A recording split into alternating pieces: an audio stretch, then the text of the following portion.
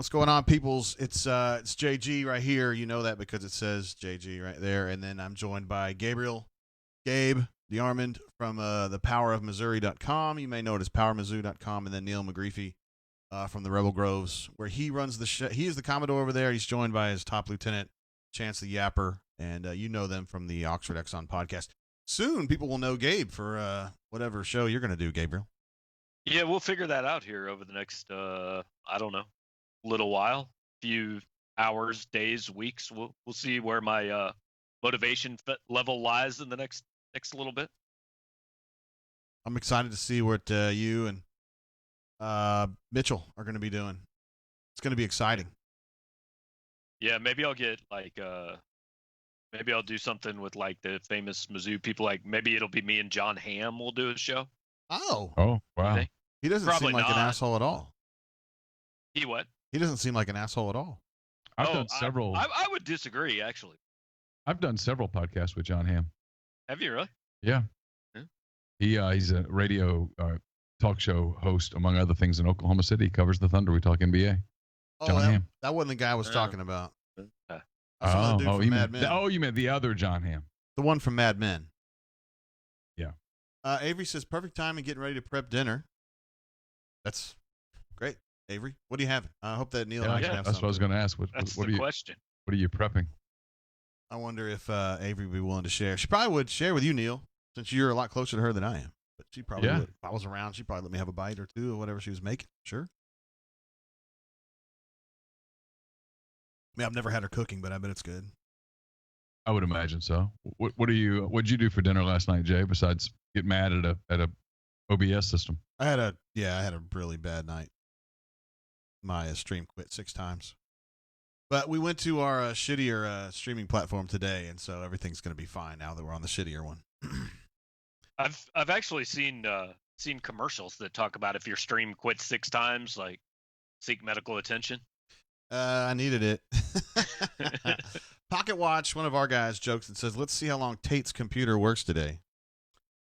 Appreciate the support. That's not going to make Jay happier than he was when we started this. There's nothing wrong with the computer. It's just user error, and I've learned my lesson, and I'm moving on.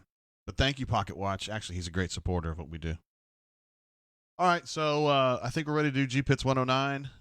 Yeah, is this 109? It is 109, and we've got a lot of things to discuss. We've got SEC football. We've got Pac-12 possible issues over there. Some of the SEC, I can only speak to Auburn, but I bet you guys are seeing the same thing with your athletes, that they're starting to kind of support what they're doing in the Pac-12, which is, we need to talk about that. Yeah. And then that's the story. The new waiver. If you go to school at Samford University in Birmingham, a really nice school, you have to sign a waiver saying that you will not hold the university culpable legally if you contract COVID while a student there. You can't sue them. And that's alarming to me. Just it makes it seem worse. You know, like if I'm a student and I'm going to Samford myself, I'm probably not worried about getting COVID. But then when you make me sign a waiver, it's almost like, wait, am I missing something? Like, is it right? Yeah, you're signing your life away. Neal and I talked about this a little bit the other day. Like, we're not lawyers, but we're not real sure those things are all that enforceable. But whatever, we can talk about it. Yeah, we'll talk about it. Yeah. Anything fun we want to talk about? No, I think we should just make this depressing as hell for like an hour and 15 minutes. Well, I mean, I don't think it's depressing, though. I think it's pretty interesting stuff. I think this is a pretty critical moment in the stuff that we cover, and I agree. I mean, I think it is what it is. I mean, you know, I'm not making fun of the people who are like, so let's talk about this. We're quarterback in the 2027 class, or hey, let's break down the cornerbacks. It's like, yeah, I get it, but man, this is not the story. I mean, especially with the SEC season not starting until the last weekend of September. I mean, I get we're going to have time to preview a season, but there's stuff that's far more pressing than who goes 8-2 in the league this year. Well, I think we find it interesting. I think there are people out there that find it interesting, but I think there are a lot of people, and maybe some of them listening, that, and they don't want to talk about any of this stuff. They just want the games to start. You know, that's fine. I mean, I just watched a NBA press conference with Greg Popovich, who was asked that answer was hilarious. That was phenomenal. He's asked if Marco Bellinelli is available tonight, and his answer is a 7 or 8 minute diatribe about social injustice that concludes with the sentence Marco Bellinelli is out tonight. That was the best part. The fact that he actually answered the question at the end of it. Well, and had he not, I think he would have left himself open to, come on, Greg, man, I asked a simple journalism question. I cover the team. I'm writing a notebook very clearly, and he's one of your players. At least give me an answer. And so at the end of that, he did. So, okay, yeah. He's no dumb. But a lot of times he refuses to even answer the question. And this time, give him credit. He for that not to turn into, God, why are you doing this to me right now? I'm just covering you, and you know it, and I'm asking you a question about one of your players, and you know why. Give me the answer. He actually did. So this way, his whole answer will get publicized the way he wanted it to. Right. And, the reporter in question also got the nugget that he needed. I know that he and Becky Hammon are standing during and he said that he had his own reason for doing that. He didn't want to talk about it. And then I watched the interview with DeMar DeRozan where he seemed to kind of say, I know why he's doing it, and I'm on board with it. So do we know what the deal is? I don't. Do you have to have do you have to have an explanation for why you're standing as an American for the national anthem? I mean, I completely but the flip side is you had to have an explanation for why you were kneeling. Not for me. Okay, so not for you. That's so right. I feel perfectly good saying this. I've never if the people that fought for this country fought for our First Amendment rights, and if your freedom of expression, if you exercise that by kneeling for the national anthem, so be it. You don't have to explain it to me. But if you also say, hey, I'm going to stand for the national anthem, I'm not going to go, oh, hold up. No, okay, right. Cool. I mean, okay, cool. I mean, I'm bugged by some of that. It's like this whole thing about Jonathan Isaac with the Magic really bugs me a lot, man. I mean, he doesn't know that explanation. He didn't have to stand. I mean, he didn't have to kneel. He can stand if he'd like. And if he says it's a religious thing, okay. I agree. I don't think anybody should have to offer an explanation on either side. I'm just saying you can't think that one side has to explain it and the other side doesn't. That was all I was saying. Yeah, I mean, we just kind of flipped. We've gone completely 180 from where we were with the Kaepernick thing. He was the one guy that knelt, and everybody was like, "Oh my God!" And now we've got 2 or 3 people that stand, and it's like, "Oh God, they owe an explanation." No, they don't. Okay. I was just wondering, he's statistically aberrant. That's all. So, I was just wondering. No, I mean, there's a tremendous. I mean, we've flipped. I mean, we flipped from there's a tremendous amount of peer pressure to stand to now there is a tremendous amount of peer pressure to kneel. Okay. Just wondering if he had addressed it. Not that I've heard. Okay. Thank you, Gabe. That was a very short answer. Right there. Okay. We're ready to fire this up, and we'll start with SEC going to play football, and we're all going to be happy, including Neal. And everybody else, it's negative Nancy around here. Here we go. You sons of bitches. Worked out. No, you are, Neal. You're the problem. You're the fucking problem. Well, we're losing to the Pirates 1-0 right now. Maybe that's part of it, okay, Jay? Who's we? Jay, I wish that actually would have been the first line of the podcast. Just welcome to GPITS. Neal, you're the fucking problem. He's not the overall problem. Steve, why can't we hit Stephen Brault? He sucks. I mean, come on. I just had to do some things today I didn't want to do. Yeah. It's all right, this podcast. No, I love you guys. Here we go. Ready? Are you sure this is 109? It's 109? Well. Screw it. It is now. So whatever. Well, hold on. Yeah, last week was 108. Okay, so this is 109. That makes damn this 109. All right, here we go. Here we go. 3, 2. Welcome into another episode of Greatest Pod in the South, presented by Automation and Control Systems, LLC. This is episode number 109 of this fine award-winning podcast. I don't know if we won awards or not, but damn it, we should.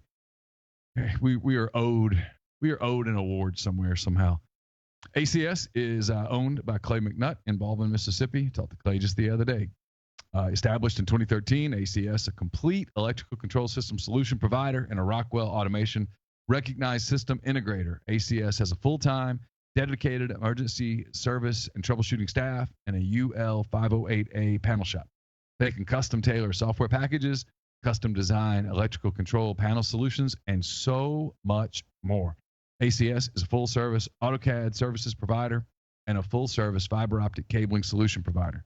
If you're in need of custom HMI and SCADA solutions or large horsepower VFD specialist, ACS has you covered. They can service and install Rockwell Automation, Allen Bradley, Siemens, ABB, Square D, and so many other manufacturers. For more information or to get in touch with ACS, go to acsllcms.com or call 662-601-4381. Again, that's acsllcms.com. I'm coming to you from the Clark Ford Studios. Clark Ford's in Amory, Mississippi. 662-257-1900 is that number. Call it. Ask for Corey Clark. Tell Corey what Ford product you're looking for. He'll send you a quote within 15 minutes in business hours, right to the bottom line. No hassle, no haggle. You get your quote, and the rest is completely up to you. You can shop that quote around, or you can do what I've done, what I recommend that you do, and that's hop into a Clark Ford today. You'll love the service.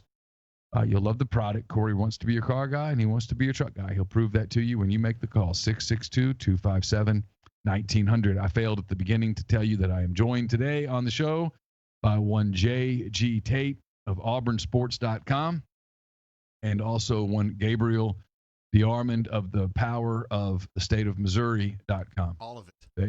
All of it. The whole state. They are both with us today, and we're going to talk about any number of hard-hitting sports talk topics. So buckle in and prepare yourself for all of the hottest takes. Jay, Gabe, how are you? Hi, my name's Jay. Good. I am the publisher / Commodore of auburnsports.com, and it's great to be part of this show. Gabriel? Yeah, my name is Gabe. I have been informed I am not the problem on this podcast. No, Neal's the problem. Not really. Not really. I'm the problem. I just had a bad night last night. I was streaming with all of our great folks at auburnsports.com, and my new streaming platform quit 6 times during a 3-hour stream, and I was very frustrated. And so I'm looking for a solution, and I'm still pissed off about it, like whatever, 14, 18, 16 hours later. So, yeah, I care, man. I really do. But I deserve the scorn that I'm getting from my folks. Just want to say that. Well, I would just like to say that I'm very sorry that happened to you, and who hurt you? Hey, you know what? I'm just glad that this is the first time anything like that has ever happened. That none of us have ever dealt with anything like, covering signing day when no one can see that we're actually covering signing day or anything like that. I'm glad that's never happened. yeah, I mean, we've gone 2 signing days in a row now without losing. I want to say it's more than that, but Is it 3? It might be. Wow, man, We're on a roll.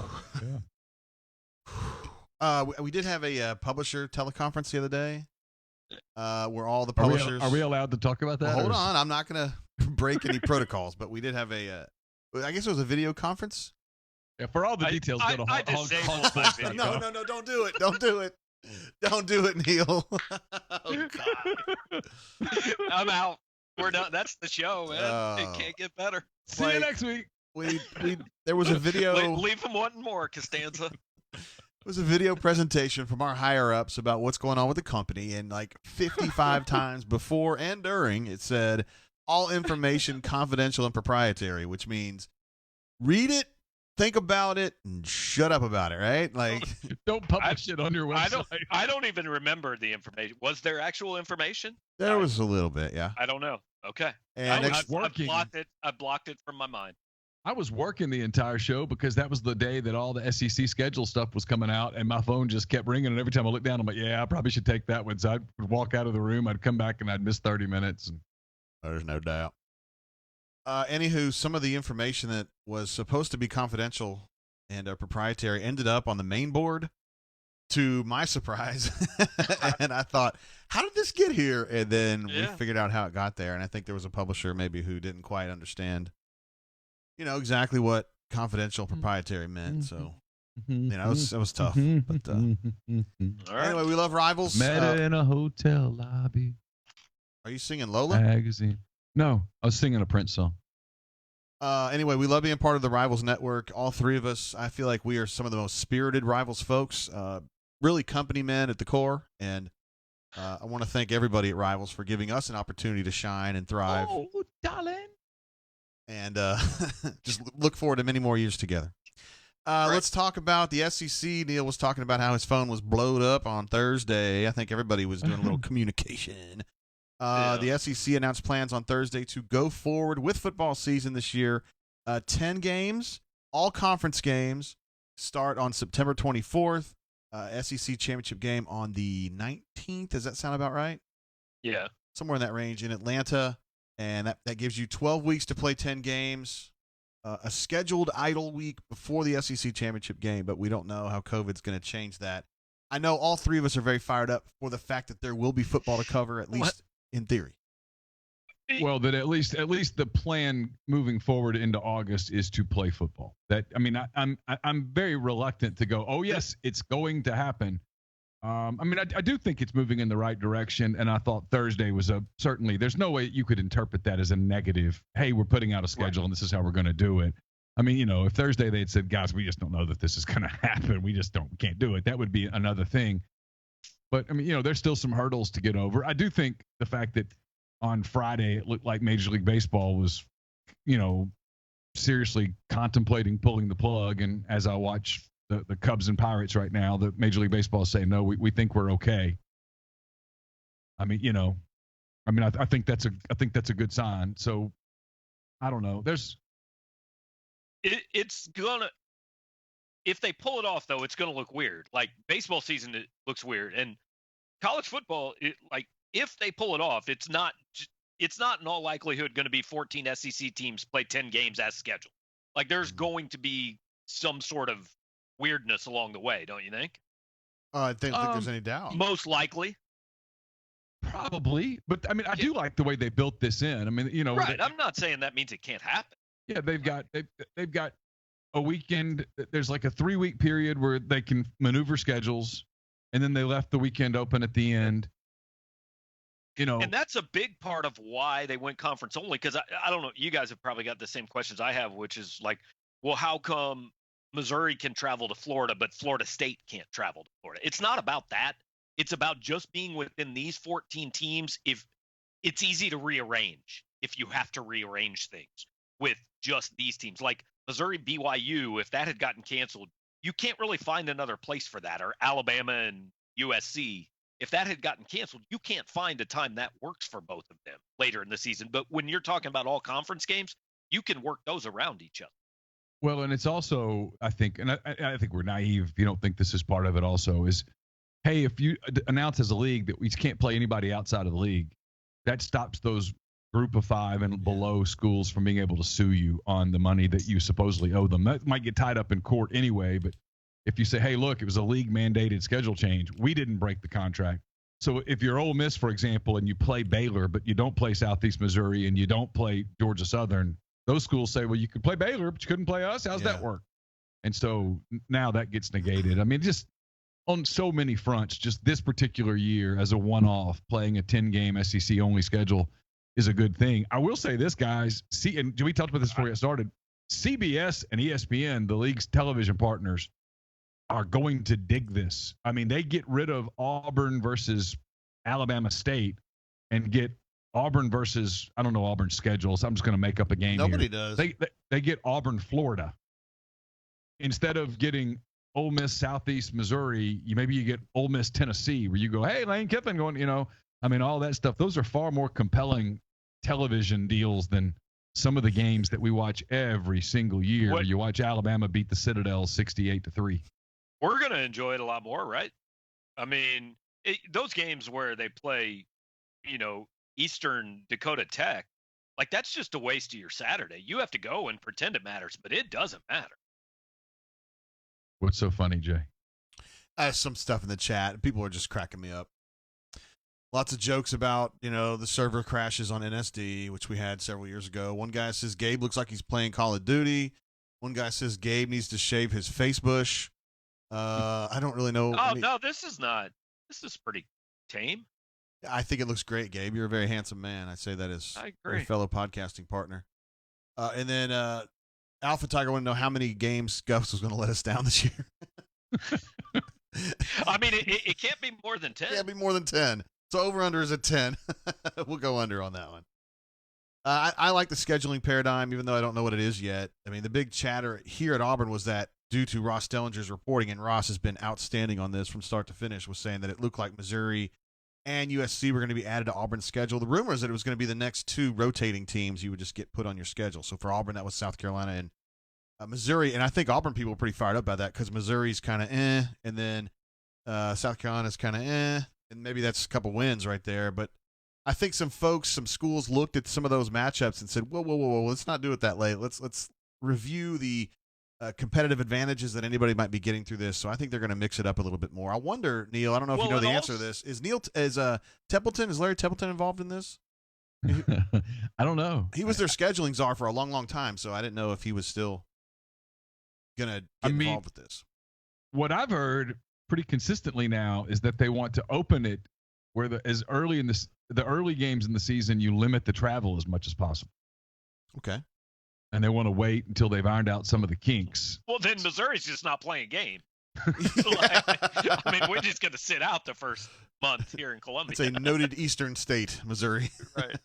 I mean, it's just a rumor, and I can't get it past rumor, but it keeps coming up.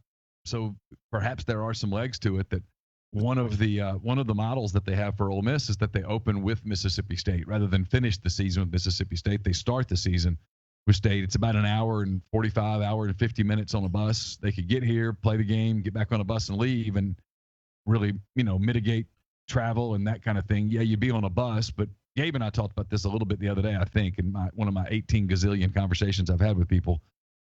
Yeah, they're going to be on a bus, and and a crowded bus is not exactly the safest deal in the world, but supposedly everyone would have been tested, and you would have a certain degree of confidence that everyone who got on the bus was COVID negative. And then the other thing, guys, is waiting until September the 26th to play. You do give the better part of 2 months for the virus to potentially, and again, I'm not making a prediction, I'm not looking at graphs or all that stuff, but there are people who think that it's not going to be as prevalent at the end of September as it is today on August what is today, the 2nd, Well, and you find out you give all the kids a chance to come back to school and see how that goes. You give the NFL a couple weeks to play, and that's a big part. Yeah, the scheduling thing, like you were talking about, the Pac-12 was. I saw some reference to the Pac-12 doing a little bit of that, like USC, UCLA on the first weekend, because they can just kind of drive across town and play that game. So it'll be interesting. But I think, like I said the day it came out, for fans, this is better than the regular 12-game schedule. I know you get fewer games, but every game actually provides. Like even Jay was saying, hey, the Auburn fans will look at Missouri and South Carolina and think, hey, those might be wins, but those are far more competitive games, even if Auburn does win them, than a lot of the non-conference games Auburn's going to play.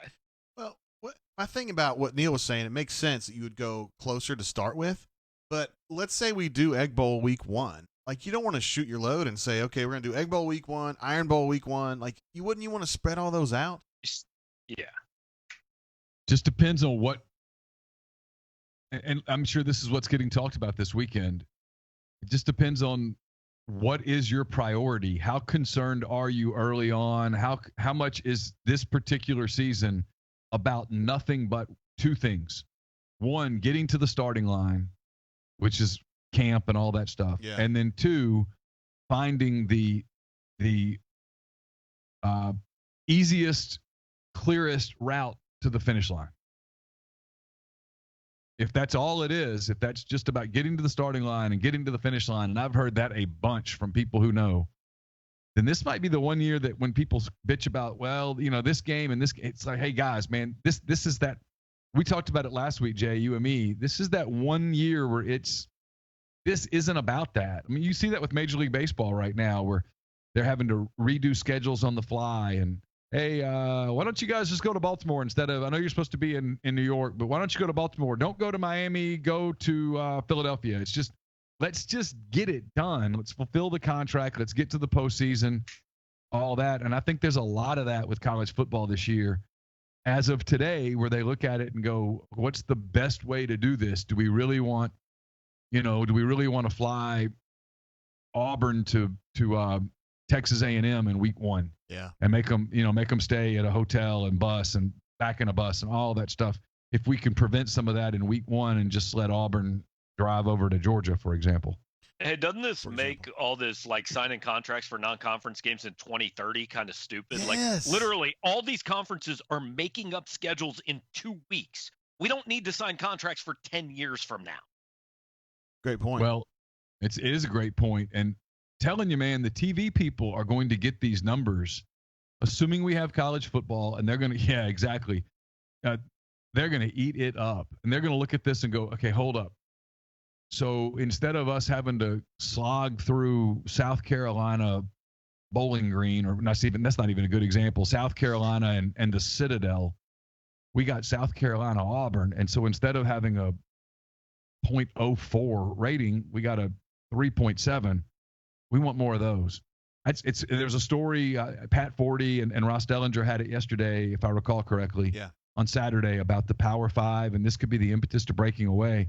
I'm telling you, I don't know that TV is going to be all that keen on going backwards once these TV contracts expire. I think they're gonna look these schools and conferences in the eye and say, hey, you're asking for a lot of money, and we're willing to give you a lot of money, but in return, we don't want all these dead spots on our schedule. We don't want that week 12 or whatever it was in the SEC when, Mississippi State plays Mississippi Valley and Alabama plays Alabama A&M and Auburn plays Troy and all that stuff that outside of the fan bases of those schools, literally no one is watching. They want games that the guy in Missouri goes, oh, look, Auburn and South Carolina, I'll watch that. That guy's not watching Auburn, Alabama, A&M. He never is. He's not watching it for 1 second unless he flips over in the fourth quarter and somehow or another Auburn is trailing.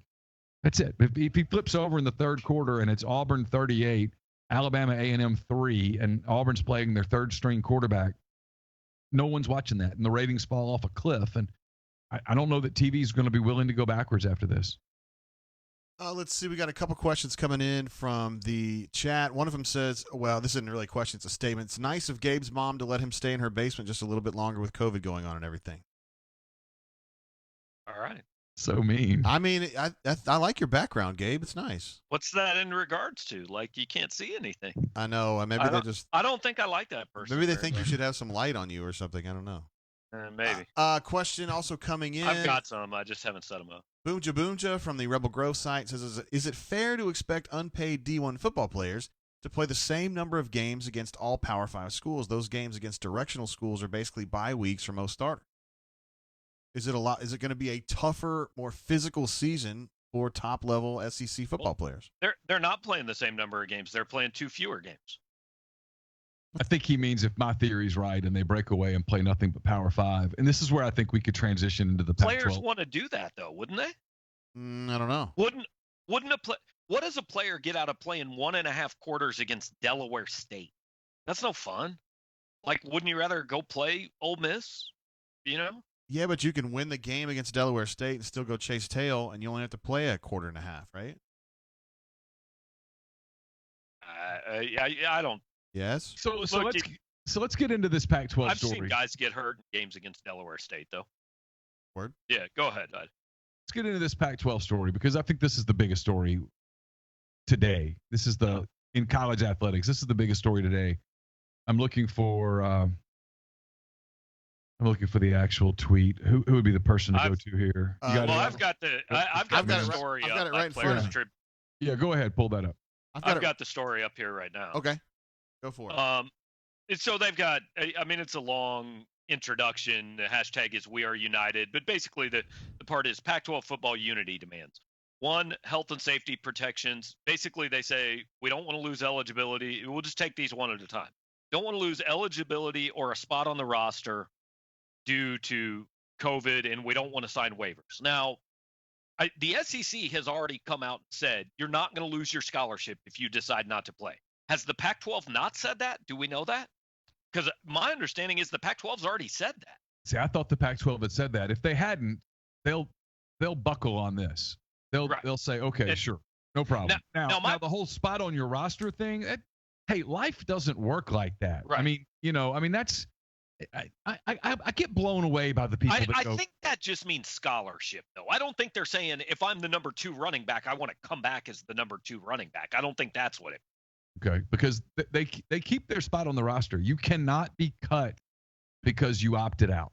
You cannot be punished in terms of your scholarship because you opted out. Now, here's my issue with it when it says eligibility. I think if you opt out, I think you give up that year. Now, if you have a red shirt available, that's great. But, like, if you're a third-year kid, you've already redshirted. So you're a redshirt sophomore, and you say, I'm not going to play this year. then I think you just gave up a year, because I don't think it's fair to high school kids to say, oh, yeah, we're just going to give these kids another year of eligibility because they chose to get it. And now this team that you signed to play for, they don't really need somebody at your position because they got this kid coming back that they didn't think was coming back. Eligibility, I think, should go. Well, the way the eligibility has always been is your clock starts. 5 to play 4. Yeah, and the moment your clock starts, there's nothing that can stop your clock unless you have the NCAA changed that this spring when they said, oh, yeah, spring sport athletes get to come back with another whole year. So that's what everybody's talking about with football. Well, do you just give football players another year if we don't have a season? You can't do that because you're screwing years and years of high school kids when you do. They shouldn't have done it in the spring, and they shouldn't do it now. That's it's an interesting point, sir. Well, and unless you're going to expand from 85 to say 105 on your team scholarship, you're going to have to punish somebody on one of the two ends, either the front end or the back end. There's no way around it.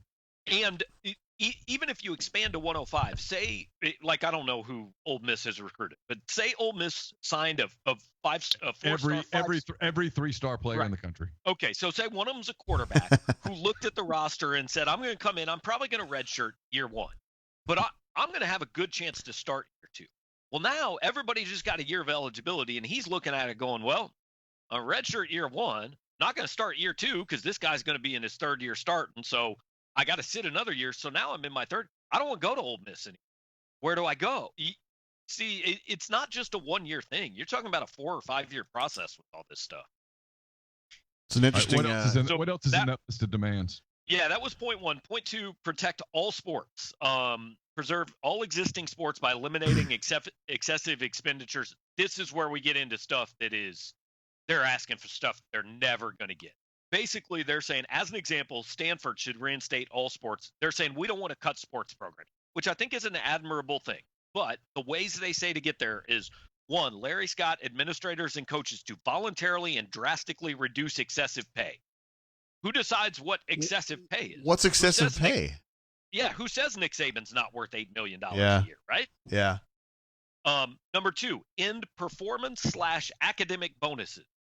It's never going to happen.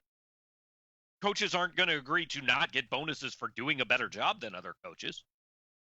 So in other words, they want a coach. If Gus Malzahn takes Auburn to the national playoff, he gets $100,000. Right. They want that goal. Right. They want Gus to just get a flat salary, which is clearly going to be less than he currently gets.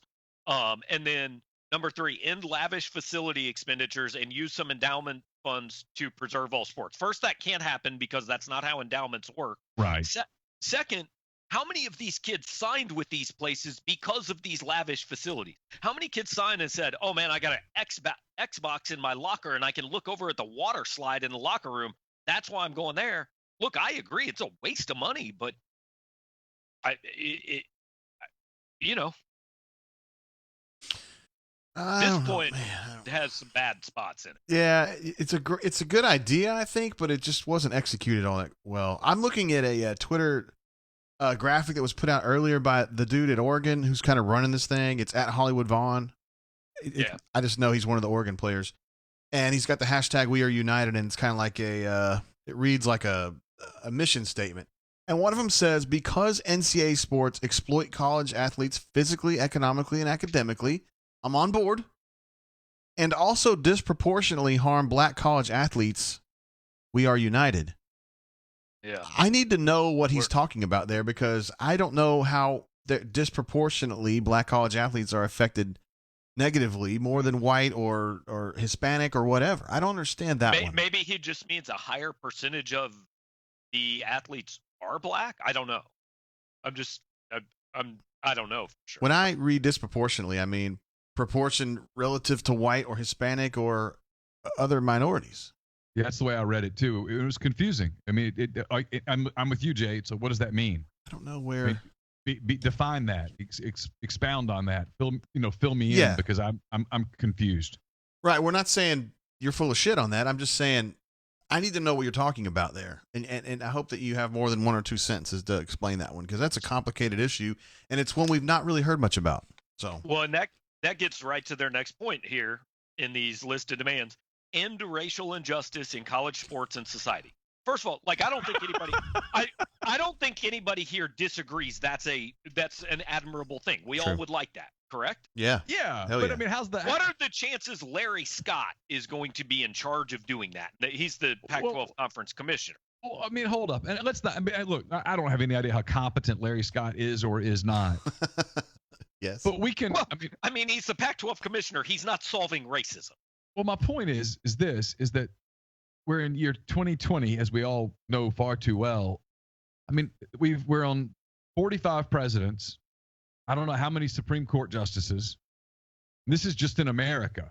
So the list of, hey, the people who have failed to solve all racial injustice goes much further than Larry Scott. Right.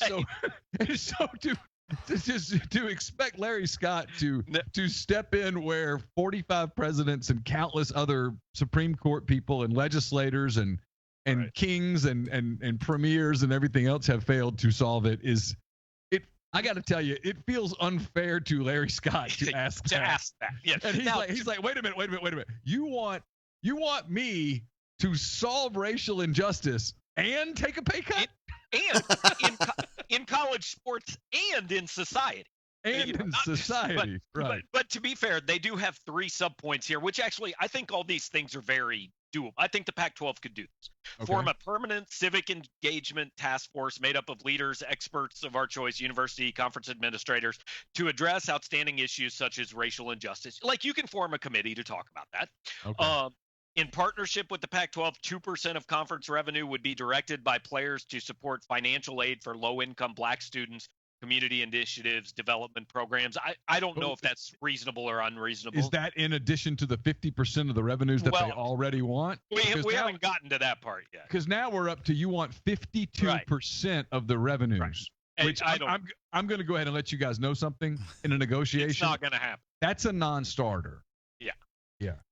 Then the last thing was form an annual Pac-12 Black College Athlete Summit with guaranteed representation of at least 3 athletes of our choice from every school. Like, that's reasonable. Mm-hmm. Okay. If those are the 3 things you're asking for, they all may be reasonable. It's just putting them under the headline "End Racial Injustice in College Sports and Society." That sounds a little more serious than those 3 subpoints. Yeah, how's he going to do that?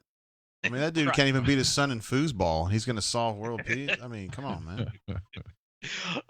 Point 4, economic freedom and equity, guaranteed medical expense coverage, name, image, and likeness rights and representation. Okay, now here's where we get fair market pay, rights, and freedom. Distribute 50% of each sport's total conference revenue evenly among athletes in their respective sport. So first of all, we're really only talking about football and men's basketball here, right? Because everything else loses money. Right. Yes. And basketball loses we're only money talking some. about 2 sports. Right. And like Neal said, I think here's my problem with this whole thing. That one point is what this is all really about. This is all about getting a piece of the pie, right? Had they just I think this went too wide. I think they've come in and said, here, we want you to talk about ending racism and healthcare and COVID and scholarships and this and that and this and that. And then here's the revenue thing. This is all really about players getting some of the revenue, which I think we actually all agree would be a great thing. Maybe not 50%. 50% is ridiculous. It's ridiculous. I mean, 50% is not only it is such a ludicrous number. And I've had people say, well, you have to start somewhere. Look, if I put my house on the market for $450,000 and someone comes in with an initial offer of $150,000, right, I'm just going to tell them to go eat a bag, and that's going to be the end of it. Bag of what? I mean, anything you want it to be that would be flaming hot Cheeto. Yeah. Ooh. Yeah. I mean, I'm telling you to, suck it. I mean, get out. You're not. That's not happening. But if you come in and go, hey, I don't want to pay $450, but I'll, in your mind you're going, I'll pay $430. I'll start at $400. Okay, well, we might be able to start negotiating a little and come up with some things. We might have a conversation.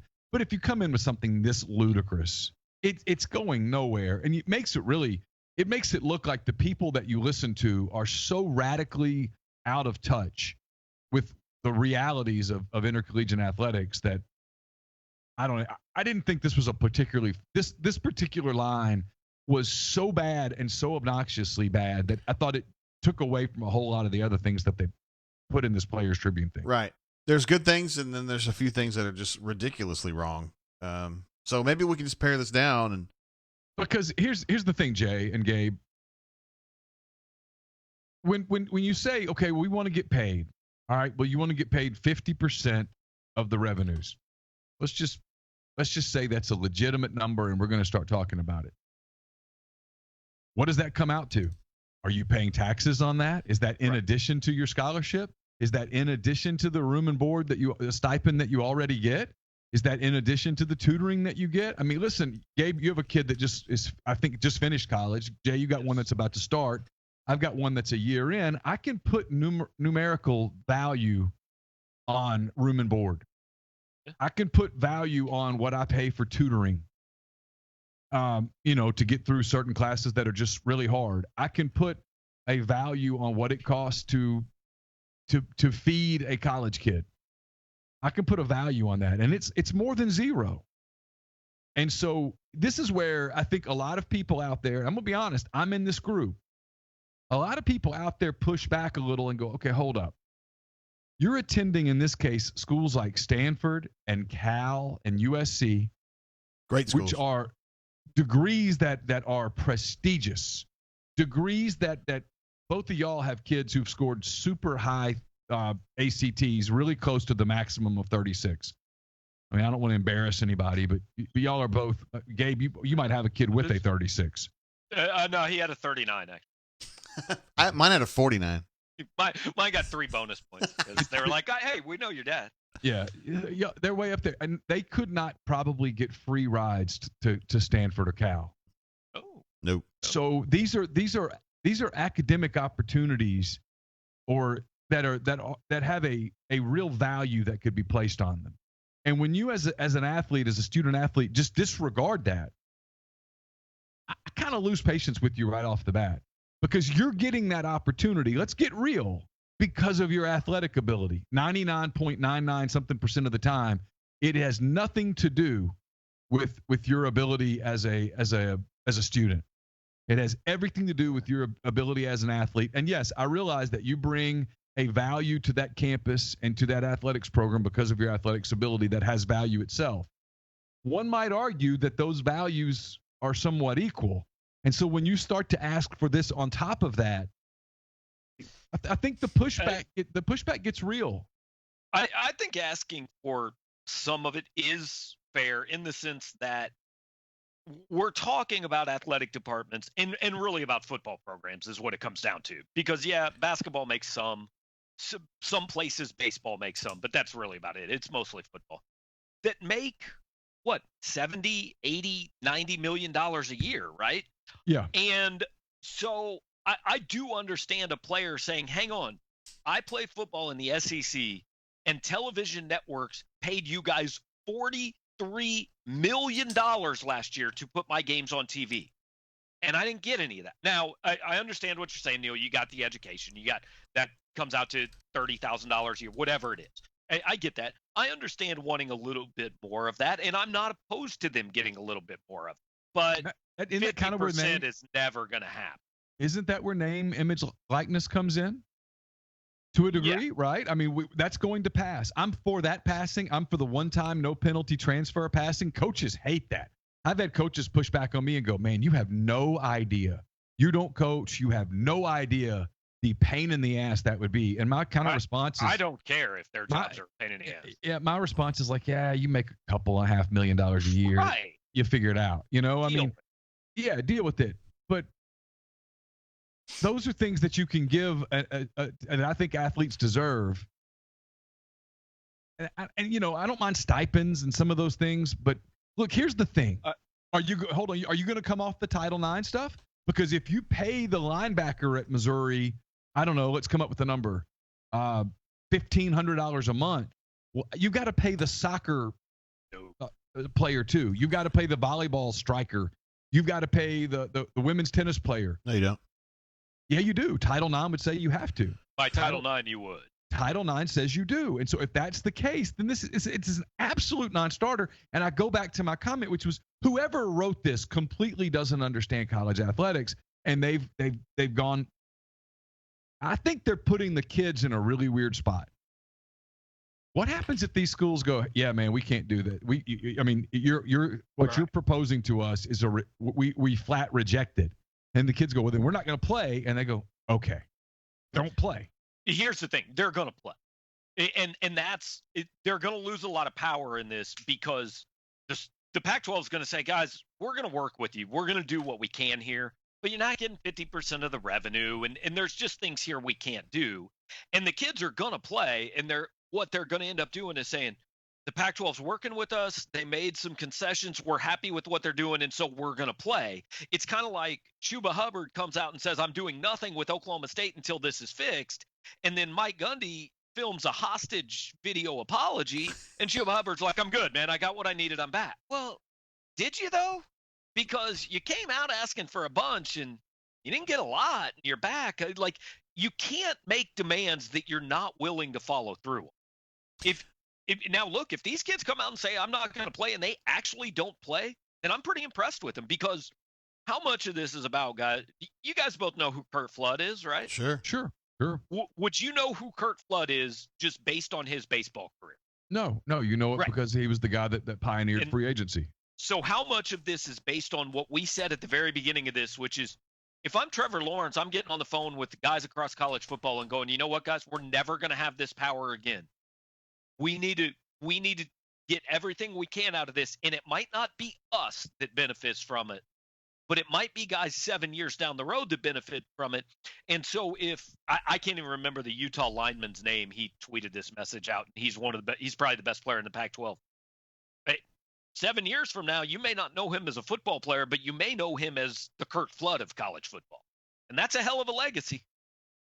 Yeah, I mean, I've long said that they have more leverage today than they've ever had, but you But do maybe have to they're be overextending it. Well, you have to be careful. You know, if you do the thing with leverage, there's a certain value in leverage, and as you expend it, you lose it.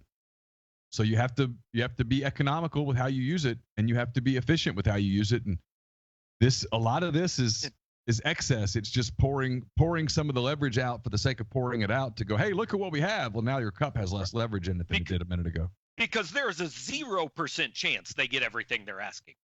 I mean, oh yeah, less than zero. Zero. Yeah. Well, it's no not even possible for them to get, like, there's no one that can do what fall camp starts Friday. Larry Scott ain't solving racial injustice in society by Friday. That's not a thing that's going to happen. What's today, Sunday? Yeah. It's going to be tough. It's going to be a tight. Yeah, I mean, he got 4.5 days. Feels like that's just not quite enough time. Hey, we got a super chat come through from Webb Moore, one of the great Rebel Grove folks. He says, Gabe is out of the pantry. There you go, Gabe. Question for the guys. Do you think if football is canceled this fall, will they play in the spring? And do you think this is the end of the NCAA? I guess we can take that separately, Neal. I mean, if they can't finish the season in the fall, will they just resume in the spring, or all bets off? I would say all bets are off. I mean, I guess if you started and you got to a certain point, that would mean that the COVID thing just was such a breakout that I think you'd have a hard time even coming up with a solution for the spring. I can't remember what podcast I said this on. It might have been this one. And you guys correct me if I'm wrong. I've talked to a lot of people about spring football. I've just never gotten a sense from anyone that I've talked to that, and this is the SEC talking, and a couple of Big Ten people, I've just never gotten the impression that there was a real taste for it. Nobody wants to do it, but they'd rather do it than not have a season. I mean, if we get to September 26th and for some reason, hey, this ain't going to happen, then they'll say, we're going to try again in March. Like, that's better than not playing at all. Yeah. Agreed.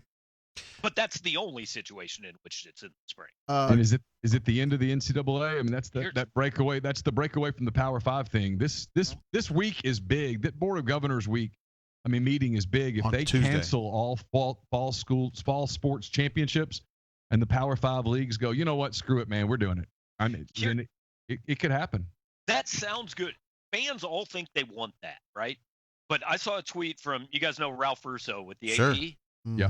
I saw he put out a tweet that I thought brought up a pretty good point. He said, you've got to consider if the Power Five breaks away from the NCAA, like all they're doing, they're going to form another thing that's somehow kind of like the NCAA.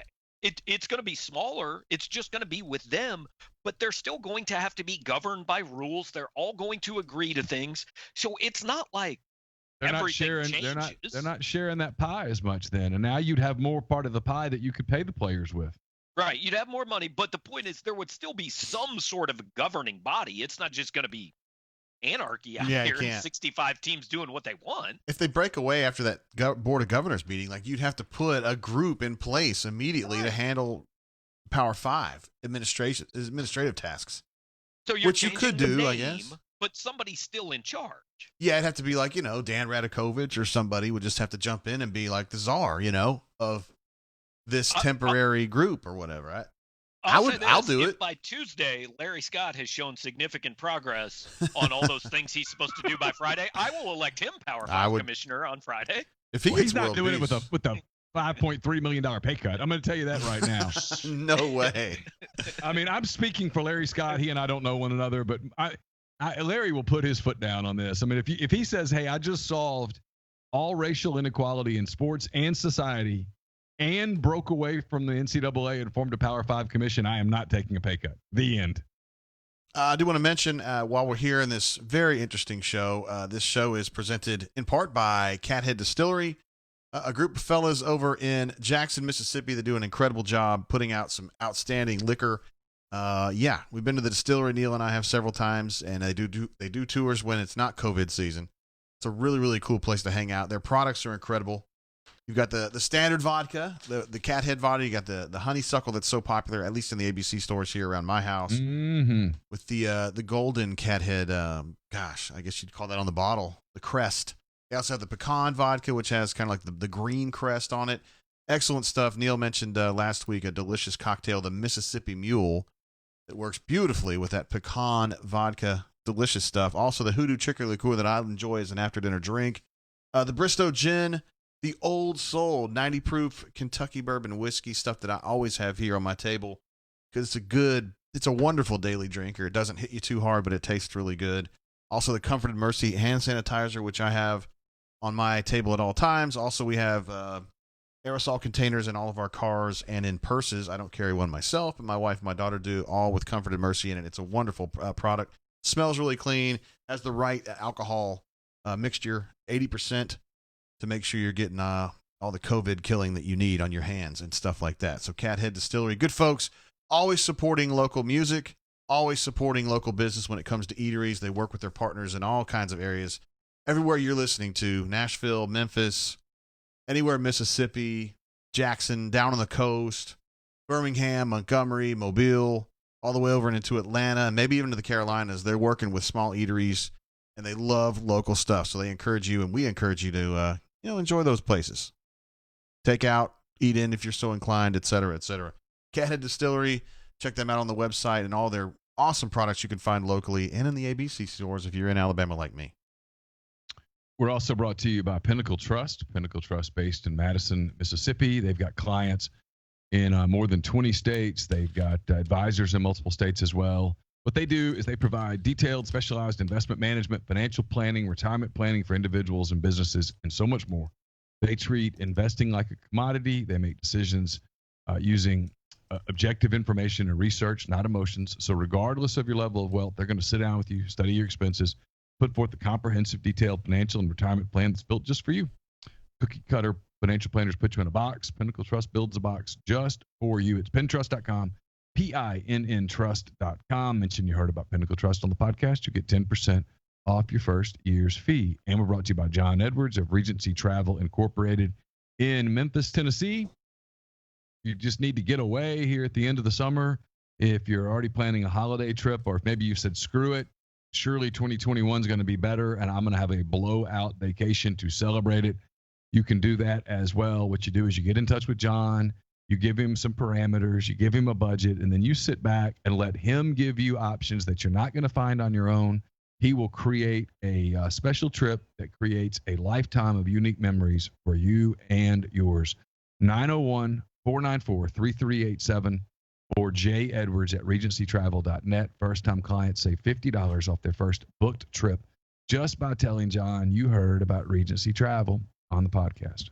McCready, don't mean to tap into you again too much with the information, but there was a story, I believe, in the Washington Post where they had gotten leaked audio of the SEC Student Athlete Advisory Council having the call on Wednesday with SEC leaders.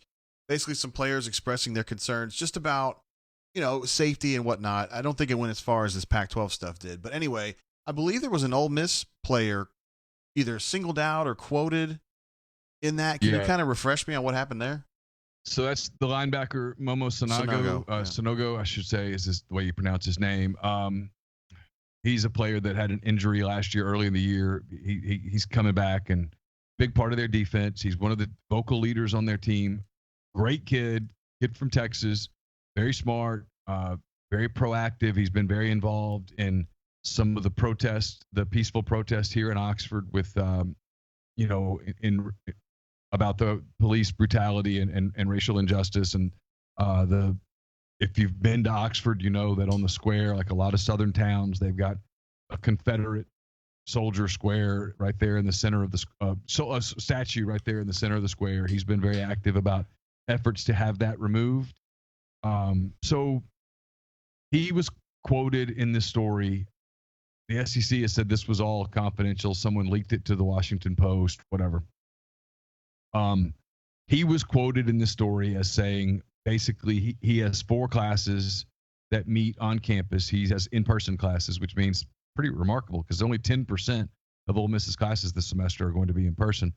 He said that he didn't necessarily feel safe around those students, that he was concerned that those students who had, quote, nothing to lose would put him in a bad situation by exposing him to the virus. As much as I like Momo and as much as I have enjoyed covering the kid and view him to be a fine young man, I got to tell you, I really disagree with a lot of the sentiment of what he said. And I wrote this in 10 Thoughts on my site today. I've got a real issue with that mentality. And I've seen Bill Connolly of SB Nation, who I like a lot, who I think is really good at what he does. I've seen other people write this, that the answer is to create a bubble on campus by not letting non-student athletes on campus. And I just shake my head vehemently and go, no. Nope. A college campus cannot be a bubble for athletes. If the campus is not safe for regular students, then it's not safe for student athletes. And then we can have this debate and get into science and epidemiology if you want. Please let me know, and I'm going to slip out and have a beer, and I'll come back in a little while. I don't want to do it. But if you put that aside for a minute and just go with the baseline, if it is safe for Momo Sonogo to go to classes at Ole Miss, then it is safe for his fellow students to go to classes at Ole Miss. And if it's not, it's not. And then you can get into a debate about whether the optics and all of that stuff. Can you play football if students aren't on campus? That's another topic. I've got an opinion on it, but to me, it's a different topic. But when you say, hey, you guys aren't doing enough for me, you're not getting the other students out of my way so that I can be safe. That is putting football way too high of a priority for an institution of higher learning. If that's what you want, then let's create minor league football and call it what it is. I'm not sure. Is that what he was saying, though? Because I read it as him saying, look, you're telling me if it's not safe to do this, if it's not safe to do one thing, why is it safe to do the other thing? Maybe I misread it wrong. Maybe you're right. Maybe he's saying, I don't want the other students here on campus, but I want to play football. And if that's the case, I don't agree with that. I think, Gabe, what he's saying is, why can't you guys do more to police that? And I think the university's response essentially is, well, we are. Right. I mean, 90% of our classes are virtual, but you're in a class that one of the classes is, because he's a senior and he does very well academically, I believe. And so he's in some higher level classes, and there are going to be other high-level students in those classes. And if this class is deemed safe for him to attend, then it's safe for others to attend as well. To me, that just is what it is. And so their response was, encourage people to wear a mask. Well, you have to wear a mask to go to the class. It's a requirement. all of these schools are doing all they can. It's why when the Dan Wilkins of the world come back with this pushback, like, you guys aren't taking this seriously, that's a load of crap. Right. All of these schools have done the Alan Greens and the Keith Carters and the Ross Bjorks and Scott Strickland and all of the ADs, Stark at Missouri. All of these guys have spent countless hours, and these universities have spent countless hours trying to find ways to keep kids safe from COVID-19, from the coronavirus. And to imply that they have not, that they're just dismissing it all in the name of money is somewhat disingenuous. Well, I know you said it's two separate arguments about playing football in class. I really don't think it is, though, and especially for us who, look, I'll be honest, I don't really care if they have math class or chemistry class. I understand you guys do. You have kids in college. I care much more if there's a football game. I will care more next year. But my point is, and I think Pat Forty wrote this earlier this week. I don't know, somebody wrote it. But basically, the things that these schools need to say to play football are the things they don't want to say. Number one is, we're doing it because we have to do it for the money. Nobody really wants to say that out loud. And number two is, no, these football players aren't just like any other student on our campus. We know that, but their whole thing is based on them being just like those other kids. And as long as they will not say that out loud, it is much tougher to play football. It's like you were saying, if it's not safe for your daughter to go back to Arkansas, then it's not safe for Arkansas to play a football game, right? Agreed. Now, if Arkansas would come out and say, hey, look, these kids are different. Like, we need the money. We need the revenue they provide. These are not regular students majoring in education and history.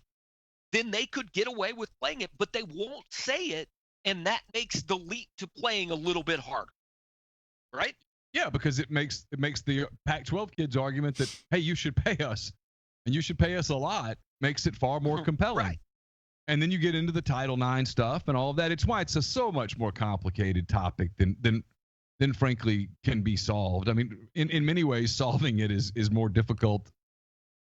I'm being a little facetious. Solving it is almost as difficult as trying to solve racial inequality in society. I mean, Larry Scott's like, wait, you want me to solve what? I mean, one of these is impossible. Two is just, yeah. I mean, there's just a lot there. But that Washington Post story, like, I think the players are well within their rights to ask the questions they asked and to have those concerns. And I didn't think the SEC's responses were awful, and I didn't think the story tried to make them look awful. Like, as a society now, we are supposed to read this and take a side and be angry at somebody. Maybe you can just read that and go, players were fair to ask it, and the question was answered, and they're doing the best they can.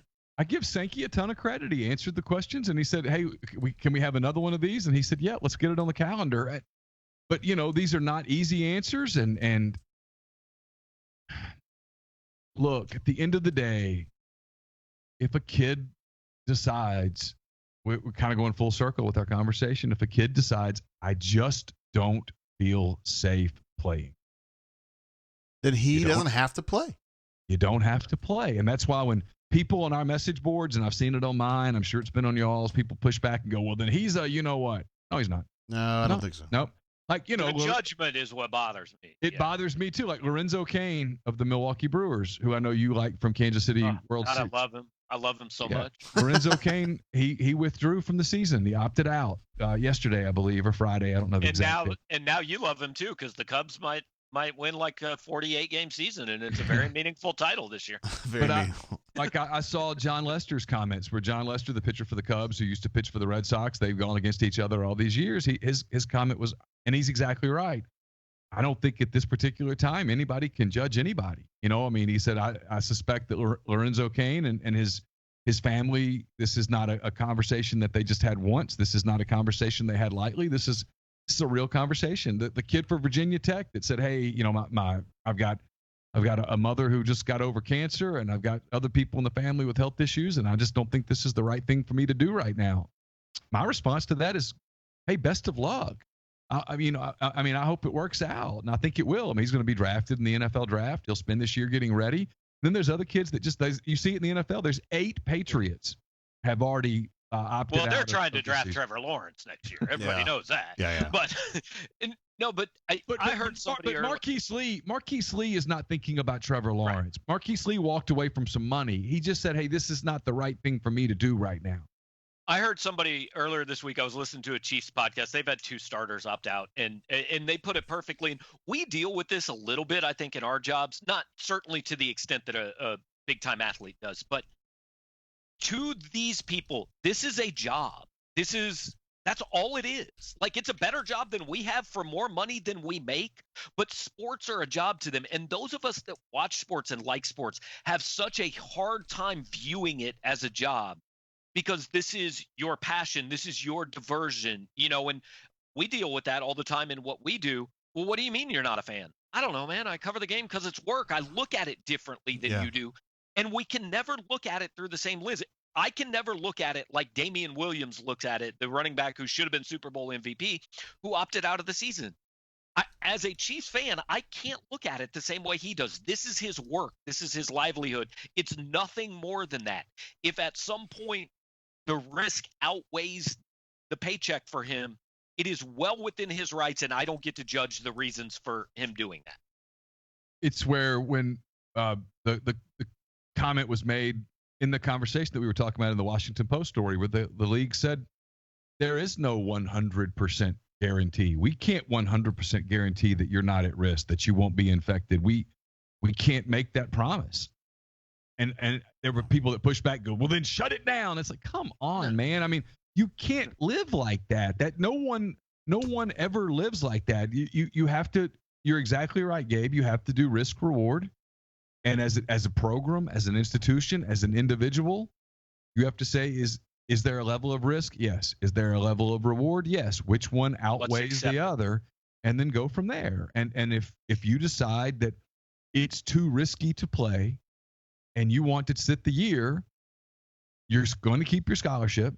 And when things get, quote, back to normal, end quote, you go back and play. And if in the course of that year, someone else who filled in for you, came in and won the Heisman and took over your job, well, that's what happens sometimes. I mean, those are decisions that people have to make.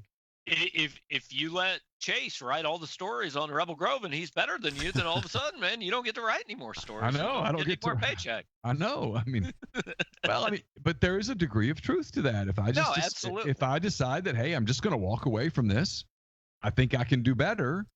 Maybe I can, and if I do, good for me. But if something happens and I can't, and next thing you know, I'm working at the Joplin Tribune covering the earthquake beat, making $6,000 a year. Well, that's on me.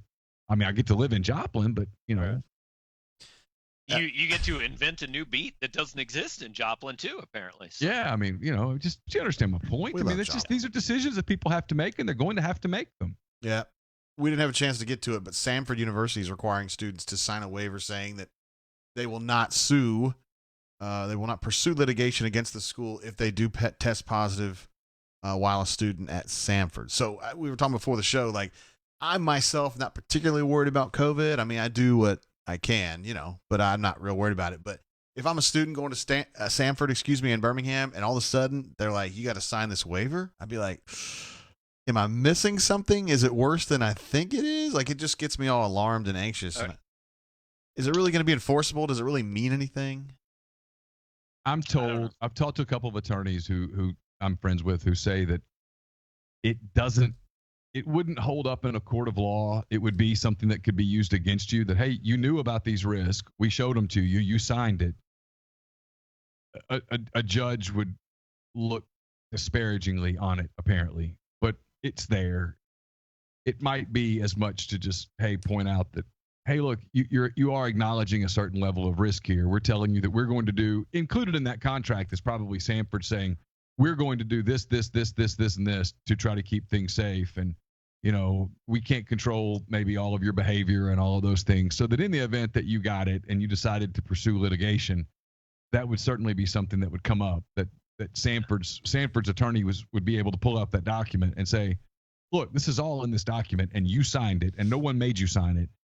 And it's where the kid at Sanford might say, but if I didn't sign it, I couldn't enroll. Yeah. This is where an SEC athlete doesn't have this leverage. An SEC athlete's going to the attorney would say, you didn't have to sign this.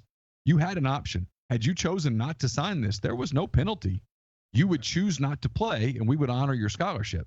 You chose to play. The fact that you got it, you accepted that risk on the front end. I don't know that would hold up, but that would be the conversation, is what I'm told. Yeah. Do we do like react to breaking news on this podcast? Hell yeah. Quick? So, Neal, you were talking about baseball season and how like maybe it looks a little happier. So 40 minutes ago, Jeff Passan tweeted, the latest round of coronavirus tests from the St. Louis Cardinals are, in the words of someone with the team, quote, not good. There are expected to be multiple new positives. Sources tell ESPN. Cardinals took more tests this morning. Results should arrive by tonight. Like, we all agree, because baseball is not in a bubble, because they're traveling, like how baseball does is somewhat important to how college football can proceed, correct? Some degree, yes. Some degree, yes. Not like they're marching in lockstep, but also football would seem to be more at risk of transmission than baseball, right? Well, they're not getting it playing. I don't know. It depends on everything I hear about the baseball stuff. They're closer to each other. Everything I hear about the baseball stuff is that it didn't happen on the field of play. Right. It happened in clubs. They got out. There's leave it to the Cardinals to screw everything up. They always do. I want, for anybody listening in the state of Missouri, I just want the record to show that was Neal McCready that said that. Right. But it's not you. Gabe. There's a couple of Cardinals that are allegedly violated Went protocol. to a casino. Yeah. Quite severely. Yeah. And so, and what you do see from this, two things. You do see that when you get an exposure and you get them in a locker room type Your setting, whole team's getting it. It spreads pretty quickly among a team, and nobody gets symptoms and they don't know they have it. And so that's what tells you a lot. So we're just out here trusting 19 and 20-year-old kids never to go to the club this season. It's all going to be great, right? Well, it's probably, it's where at the beginning we said there's going to be issues. Here's the good news. The Marlins, everybody thought, well, because they had 17, 18, 19, something like that. Yeah. And they resume tomorrow. The Phillies get started again tomorrow. So I guess the Cardinals won't play for a week. I mean, the clear answer to this is just to remove the Cardinals from Major League Baseball and continue. That's always been the answer pre-COVID. It's the answer during COVID, and it's the answer post-COVID. I think I texted you yesterday. I want the Cardinals and Marlins to just play each other 57 times and let the rest of the league go on as normal. Yeah. Let them play each other, and the winner of that series gets to be named the least loser and be done with it. But no, we're gonna have to accept a season where like Auburn might be 6-1, Ole Miss might be 5-5, Mizzou might be 3-4. Like teams are just gonna play different numbers of games. Oh, it could happen. It's another reason that the way the TV contract is done, if they could lose some of the games and still honor the contract. Yeah. So, less Marlins and less Cardinals, better for me.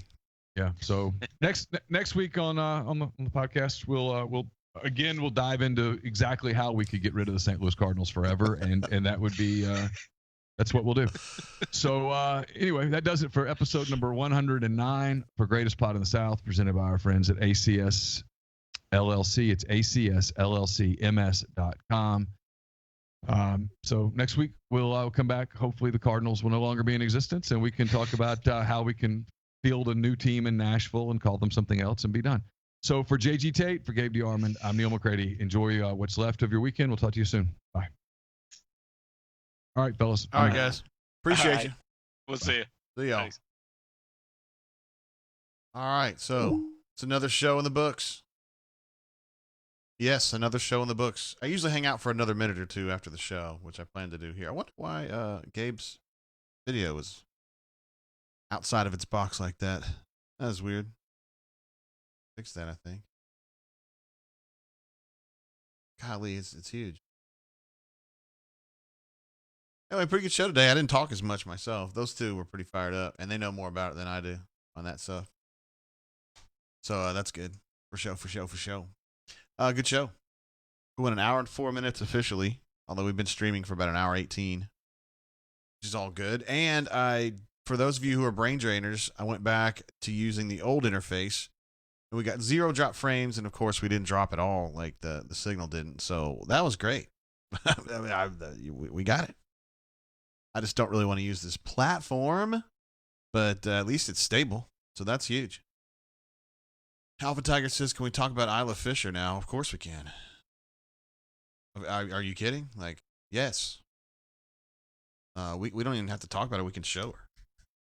Isla Fisher. I don't know if you guys care, but she's married to Sacha Baron Cohen, who's become something of a political activist. You know, I mean, I guess he always has been, to some degree, but I don't know if that helps you or hurts you. Apparently, she has blonde hair now. We always thought of her as kind of a red-haired girl. Some like a hotter version of Amy Adams, maybe. I don't know if you guys would be down with that.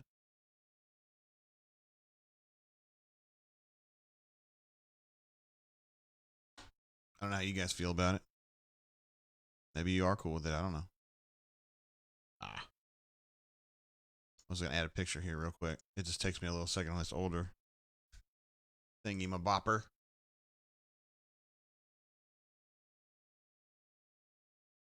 So that's Isla Fisher.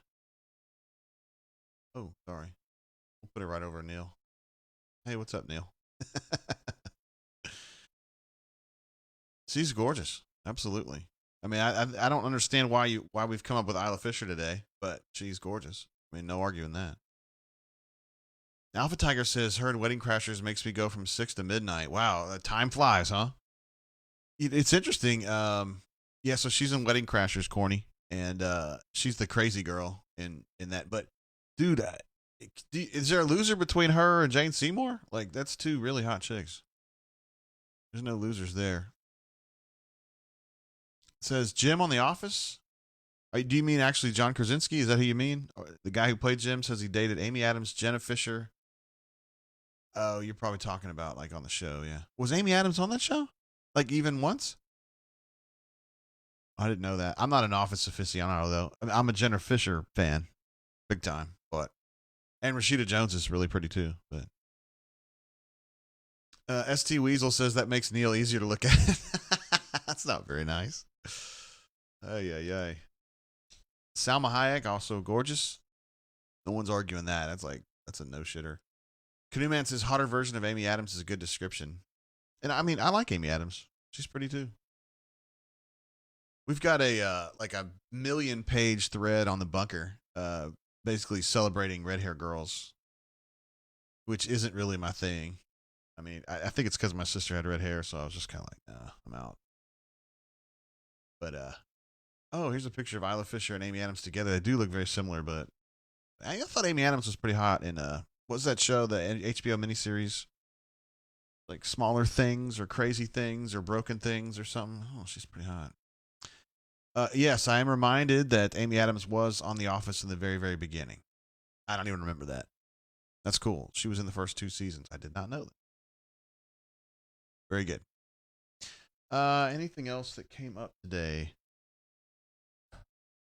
I'm not sure how I felt about the Pac-12 stuff. I mean, the kids, I thought they were kind of pushing for health and safety was the primary concern, but it seemed like it kind of veered off that pretty fast and turned into a we need more money thing. And, I don't know. I don't know how I feel about that. Let's see. Canoe Man says that was in no way a knock on Amy Adams. She is smoke. Isla Fisher is just next level. That's fair. That's fair.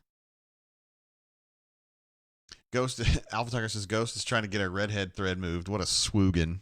I don't know. Is anybody actually trying to move that? It's not going to get moved unless it gets too X-rated, which it hasn't to this point. Well, I'm happy that the old administrative assistant, we ran the old OBS today, had no problems. 0 drop frames today, so that's good. That's definitely a good thing. So I don't know. I hate to think that the solution is to go back to something that I was trying to get away from, but sometimes. Anything else we got going on here? I know we were talking earlier about a call-in show after GPITS, but Sundays, it's a little tougher for me on Sundays. I got to get the show out, and then we've got a lunch date. Or, I'm sorry, a dinner date with our friend Bridget, who's celebrating a birthday. So we're going to do that, and And also, I rebounded really well from last night. I was pretty tore down when I broke off the show for the 6th time. And I follow my own instructions. You know, you guys know you got to stay hydrated to stave off those headaches and that general dizziness. And you also want to keep a close eye on the Allegra. I use Allegra. Yeah, I'm not really getting paid. I'm not getting paid by them, but I use the Allegra and try to get some electrolytes in your system. Corny Mofo says test show Wednesday. If I get a new platform, if we end up going to Wirecast or Ecamm, then we're going to definitely have to do that. If we're just going to use this, which is the old platform, then I don't think we have to. Well, I probably still owe you guys something. And now, since I said no drop frames, we had 29 drop frames there in the last minute. Oh, well.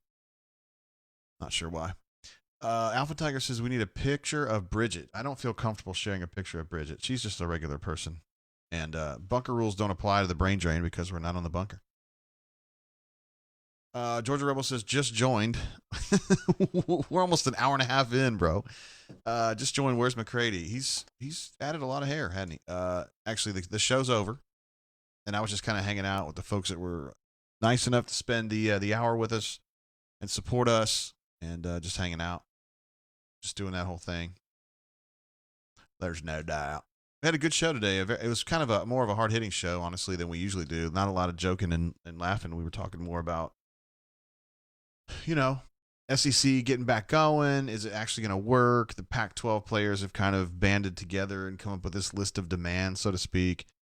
You know, kind of discerning the legitimate requests from the what we think are illegitimate requests. And Georgia Rebel says, didn't get my alert. That stinks. I'm sorry about that. Actually, I heard that earlier from somebody. Not sure why that didn't happen. It's always something that I don't quite get right, you know? I don't know. I don't know why. I feel like I do a good job with it, getting everything ready, and then it just doesn't quite work. Corny Mofo was the one that mentioned that earlier, Georgia Rebel, so you were not alone. It's a problem with me. Rusty says, well, any idea when we see the schedule? Yes, I believe that's going to happen Monday or Tuesday, that we're going to see that. And I am looking forward to it. We probably ought to just go ahead and do a show when the schedule is revealed. I feel like we should. I mean, that's a big deal to see when. Oh, Boonja Boonja says he got the alert. I don't know if you're joking. I hope that's cool. Hey, by the way, Boonja, I did get your message, and I just got it today because I hadn't been over to Rebel Grove, so I'll answer you there. I just didn't want you to think that I had blown you off because I hadn't. I just hadn't logged in over there, and I did right before the show. So I'll get back to you on that one.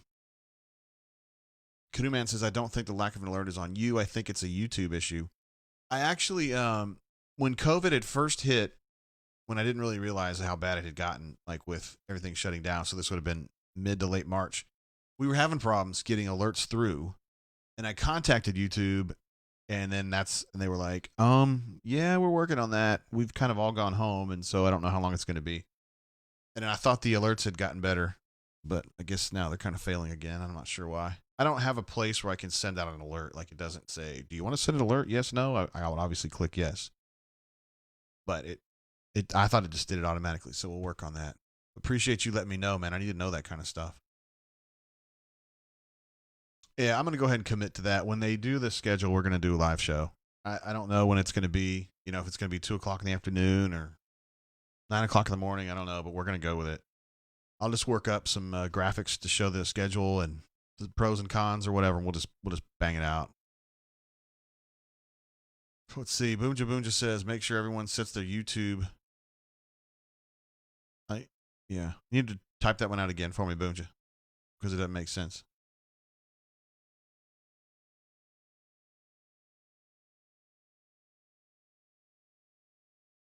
Oh, make sure everyone sets their alerts to all instead of not just personalized. Okay. Sounds like a good thing there. I don't myself, I don't use alerts very, although I do get some of them on the computer when I'm actively using this one. There's a dude who does Manchester United streams, then I get alerts from him. His name's Mark Goldbridge. He's done a really good job. I don't necessarily like, he goes just too far into it for me. But he does a really nice job with his presentation and stuff. It was an awesome job.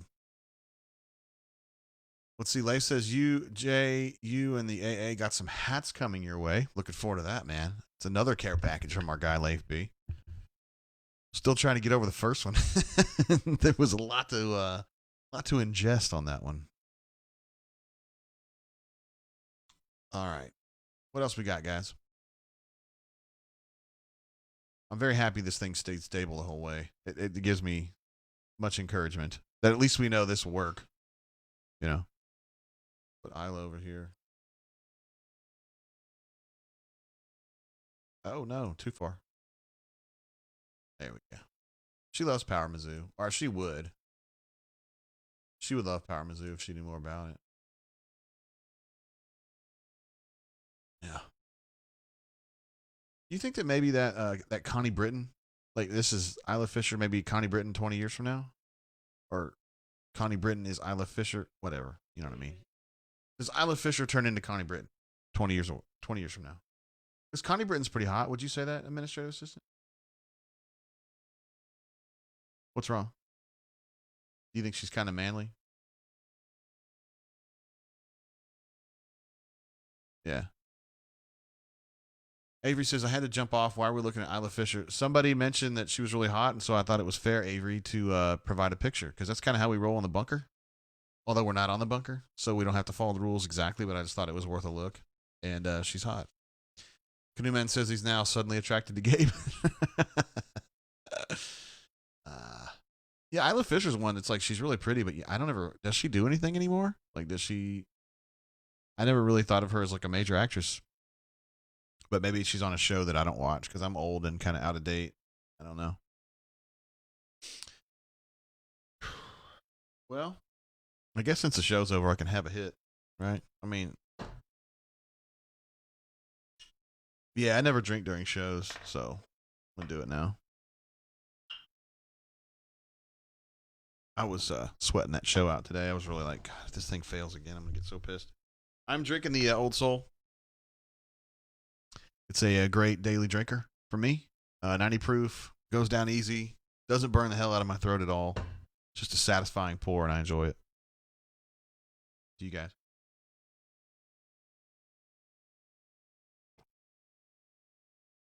Yeah, that's a good daily drinker.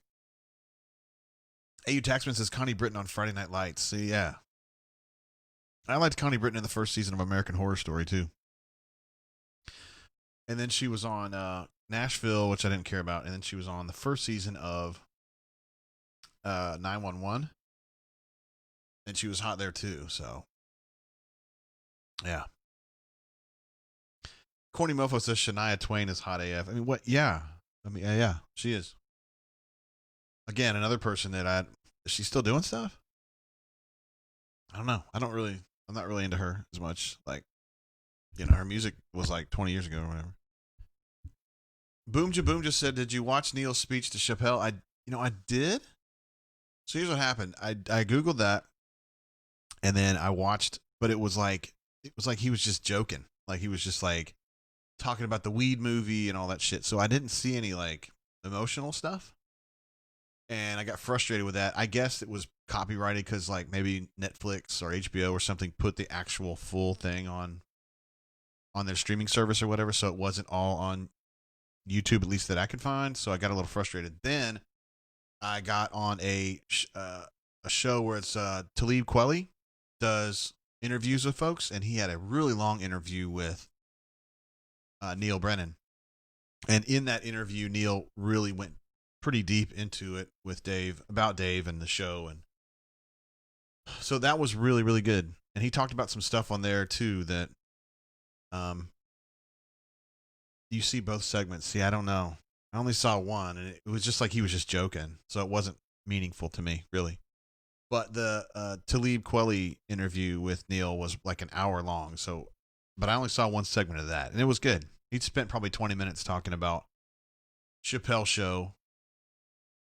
And he also was talking about how it's bullshit that every time that he and Dave were like talking to executives, everybody always assumed that Dave was like the jokey guy, who came up with the humor, and that Neal was always the guy who was able to interpret the humor and then write it. meaning that Dave was just like this stupid person, and that Neal, being white, was the guy who could harness that stupidity and make it presentable, which is not how it really is at all. And they were not willing to play that game. And the way that they fought against that was that they shared writing credits for everything. They will not even privately tell anybody who wrote what. Whether, the Charlie Murphy stuff, I'm Charlie Murphy, or the Prince stuff, or the World Series of Dice, or whatever. You never know who wrote it because they never wanted it to be that way. They never wanted to play that game of, well, Dave's stuff isn't as smart as Neal's stuff. And it's like, stop that. Dave Chappelle's a Hall of Famer. And, for me, I don't know if Neal's a Hall of Fame comedian, but he's in my Hall of Fame because I know how good he is. And his Three Mics thing on Netflix was just insanely good. He's not Dave Chappelle. He doesn't have the stage presence of Dave Chappelle. It's not his gig, really. But as far as just being smart humor, well-written humor, and it hits harder, I thought the Three Mic stuff was brilliant. Absolutely brilliant. So two different guys doing two different kinds of comedy. But player haters ball. I was thinking about the guy who called in who snitched on the crack house next door, not because they were causing problems in the neighborhood, but because they were making money that he couldn't get.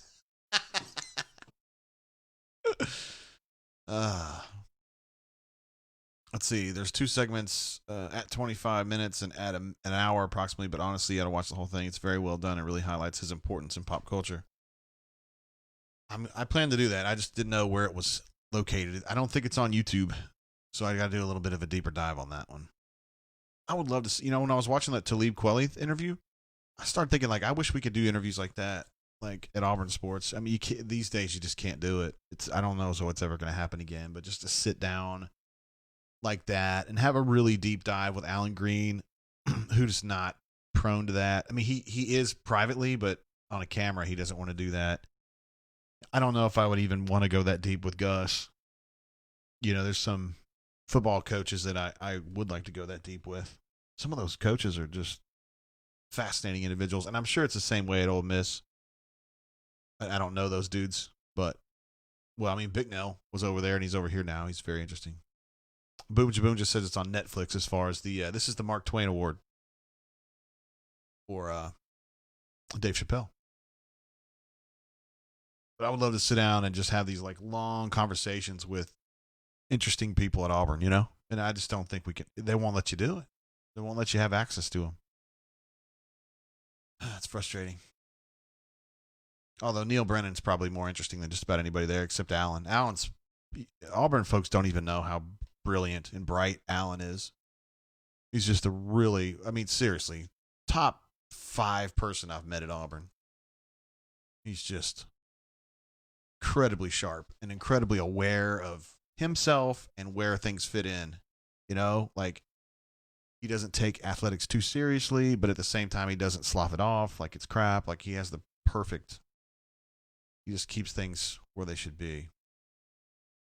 AU Taxman says the most interesting people at AU. Well, first of all, BP. And there's different BPs too. The BP in front of the camera is not the same as the BP off the camera. The guy off the camera, you don't appreciate BP, or I didn't until I talked to him off the camera, because then you realize how smart he is, because he likes to play. I wouldn't say he plays a dipshit in front of the camera. It's not dipshitty. It's just kind of like happy-go-lucky, right? In front of the camera, and he's brilliant at it. Off the camera, he's not happy-go-lucky. He's skeptical and biting and very, very aware.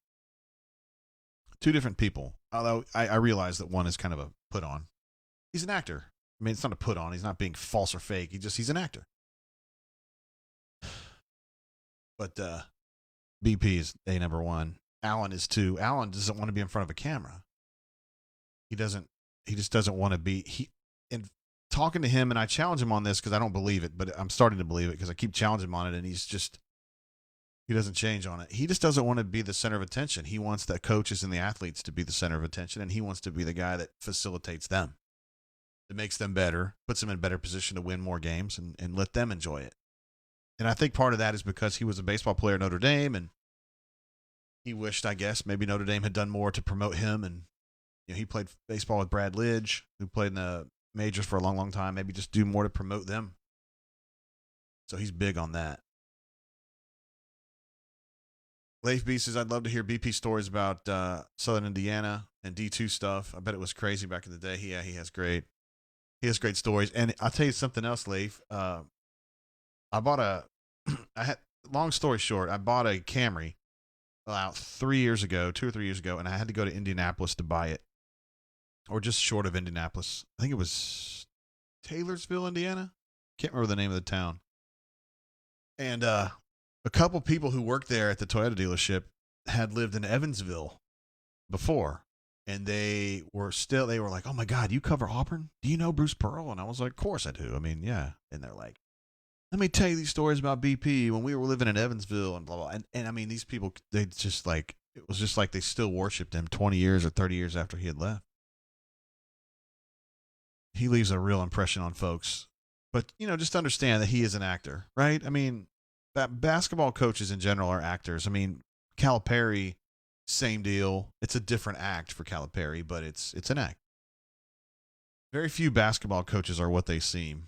I would probably say the Tubby Smith's one, that of the people that I've covered, is pretty much the dude you see in front of a camera is the dude you see behind the camera. And Tony Barbie, although not a good coach, was kind of like that too. But he's bad. BP, he plays it up on camera. And he's great at it. Canoeman says BP is wicked smart. He gets it on so many levels. He's very, very bright. Corny says AG Alan Green, the Auburn athletic director, is what we deserve. Our people that want power don't appreciate him enough. I think for him in the beginning, he just kind of had to hang in there because there was so much. Oh, Jay's gone, and now we're going to have to enforce our will to make sure that the new AD doesn't push us around and all that kind of thing. And I think Allen, instead of going in there and throwing his trident at people, the way Brick would in Anchorman, he just kind of chilled. And not that he was being passive, he was just letting things kind of play out, which I thought was kind of weak at the time. And I told him so. He didn't agree with me. But now that it's a year in or a year and a half past that time when I was making fun of him about it, I'm starting to think he did the right thing. He is not a soft person, Alan. He's not, but he's a quiet person, and he likes to kind of work quietly. He's a terrific AD. And it seems to me like the Ole Miss AD, Keith, I think he's pretty good too. Keith Carter. I think he's pretty good too. AU Taxman says Cal loves playing the victim. Yeah. I mean, Cal is, personality-wise, he reminds me of a more successful Rick Stansberry, and I like Rick. I do.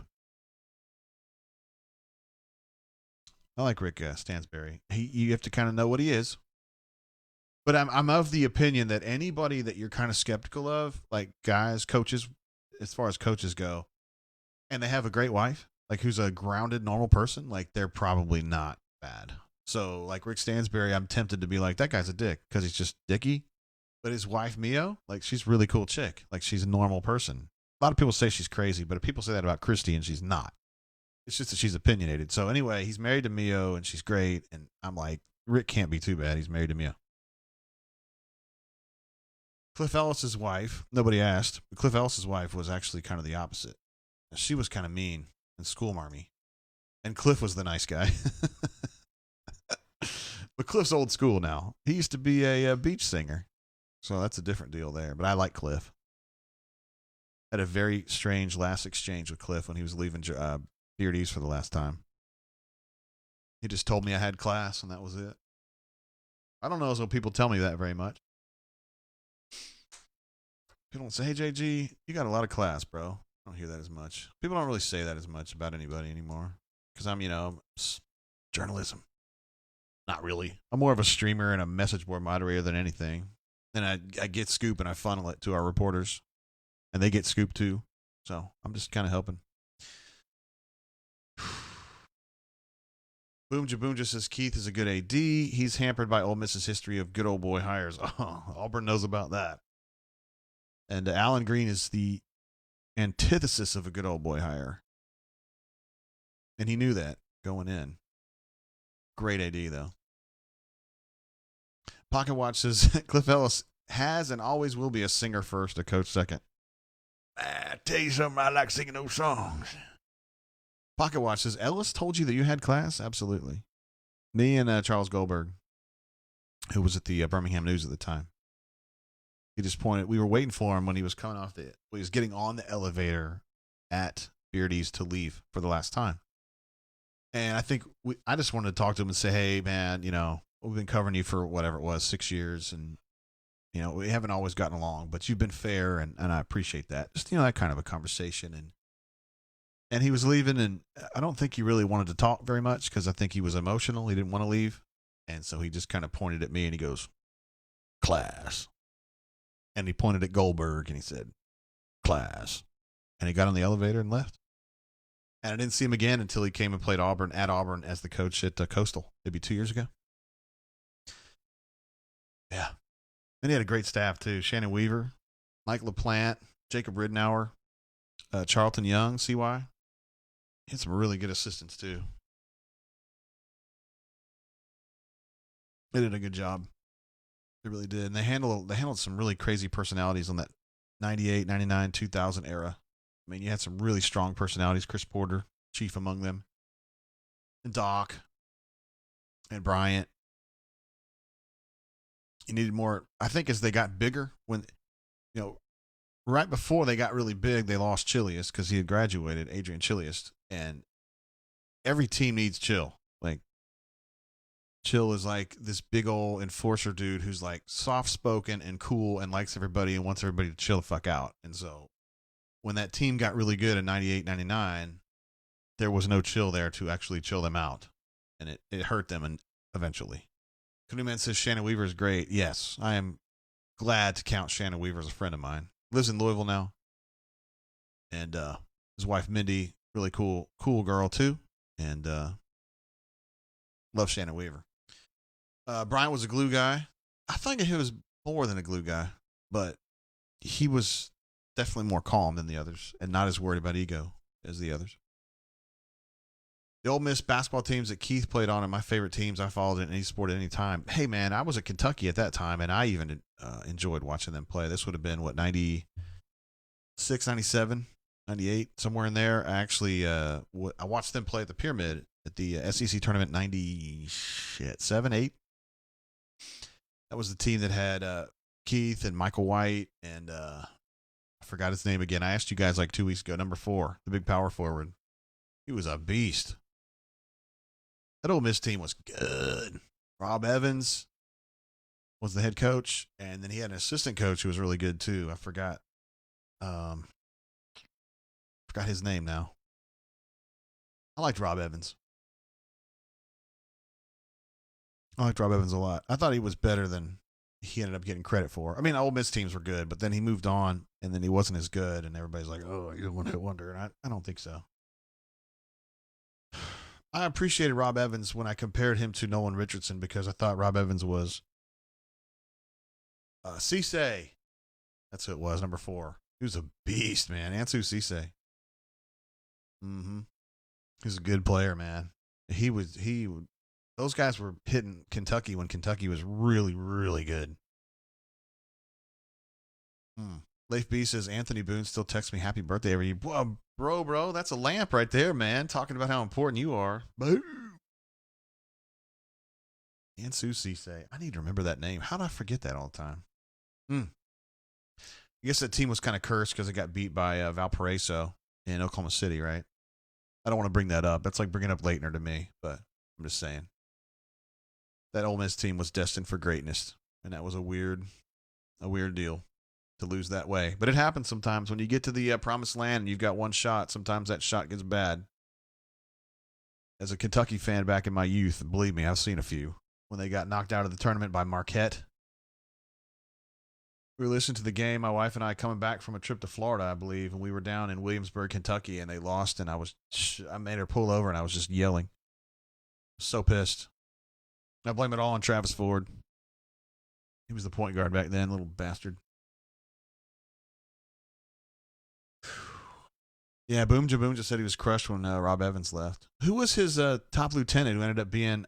it was Rod Barnes. Rod Barnes. Who was also a good dude. Yeah. You know, it's kind of like you had those two guys going... You know, there's two groups going simultaneously. So on one hand, you had Rob and Rod, who were, at the time, I mean, this is 22, 23, 24 years ago, two black guys, which stuck out at the time, I'm just saying. And they were like... I mean, particularly... Rob was an old school guy, you know? And then you've got Nolan, who had Mike Anderson as like his top assistant, two black guys again. Nolan old school, Mike kind of new school. And it's like the Ole Miss guys were so nice and friendly. And then Nolan Richardson is notably cantankerous, although I like him. And then Mike Anderson, I wouldn't necessarily call him cantankerous, but he's just more antisocial maybe than some others. And so it's like the Ole Miss guys, you're like, man, I love these guys. And then Arkansas has similar stories, and then those guys are jerks. And it was just, I always preferred Ole Miss. Leif B says Travis Ford was in a Wayans Brothers movie. You know, Auburn played St. Louis last year. Got to see Travis Ford live and in person.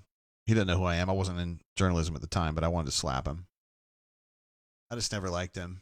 I thought he was first of all, he's a Missouri kid. We can all talk about he's from Kentucky, but he played at Missouri. He left the state to go play at Missouri. Stay in Missouri. We don't want you. Boom Jaboom just says Ole Miss makes the Final Four if Bryce Drew misses that shot. I need to look this up. 1998 NCAA tournament.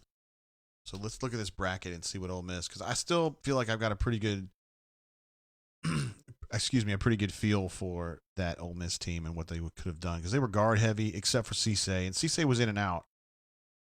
He had some games where he was really good and then some games where he was sucky. Okay, so they lose in the first round. I didn't realize it was the first round against Valparaiso as a 4-13 matchup. Second round, they would have played Florida State, which Valparaiso ended up beating them anyway. So, they would have beat Florida State. So Ole Miss gets into the Sweet 16 against Rhode Island. It's probably the Lamar Odom and Coutinho Mobley, Rhode Island. That would have been tough. But you never know. Valparaiso played them to 6 points. Excuse me. I can't click on the roster, so I'm sure that's the Lamar Odom, Coutinho Mobley. And then to get to the Final Four, you would have had to beat Stanford with, they had a good little point guard, and they had a good power forward. It's like Lee was his name, I think, and because Kentucky ended up playing Stanford in the Final Four. So I covered that team a little bit. And I ended up talking to their point guard for a while. He's a little dude. They're pretty good. But yeah, Ole Miss definitely gets to the Rhode Island game. And then I don't know.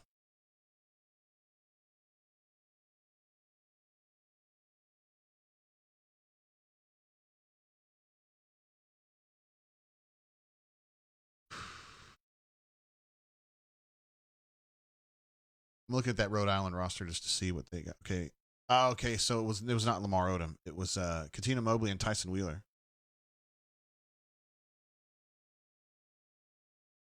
And I don't remember any of these other cats. But Coutinho Mobley was an absolute badass at that point. He was like a like Damon Stoudemire type player. So they basically have two great guards. I don't know. Arthur Lee. Thank you, Aid Taxman from Stanford. Boom Jaboom just says, remember we were knocking off Kentucky at Rupp. Dude, that's the year that Kentucky lost at Ole Miss that year in an ice storm. And it was a really big deal because at that time Ole Miss had made a big step forward, right? Because they're kind of like, nobody gives a shit about Ole Miss. But then Rob had them playing better, and then they had that team was getting really good. And Kentucky lost down there, and when Pitino came back, I didn't make the trip down there. I was in school, and I think somebody else went. Anyway, I asked at the next press conference about something. I don't even remember the question I asked. It was something about, were you surprised you lost to Ole Miss, or that was a big setback for you guys, or some shit like that. I mean, when I was a student, I'd asked Pitino like 20 questions in my life. And he undressed me in front of everybody. He's like, what are we, the Chicago Bulls all of a sudden? We can't lose a fucking game? That's a good ass Ole Miss team. They got good players. Rob Evans knows what he's doing. And it was the most embarrassing moment of my life. At that point, I was like, oh my God. Get me out. Somebody save me. Teleport me out of here. So, yeah, definitely Kentucky was having trouble with Ole Miss that year. There's no doubt. And I thought that team was going to go. But, again, Valparaiso, last-second shot. I mean, it happens, dude. Believe me. I was a big-time Kentucky fan when the Leitner shot went down.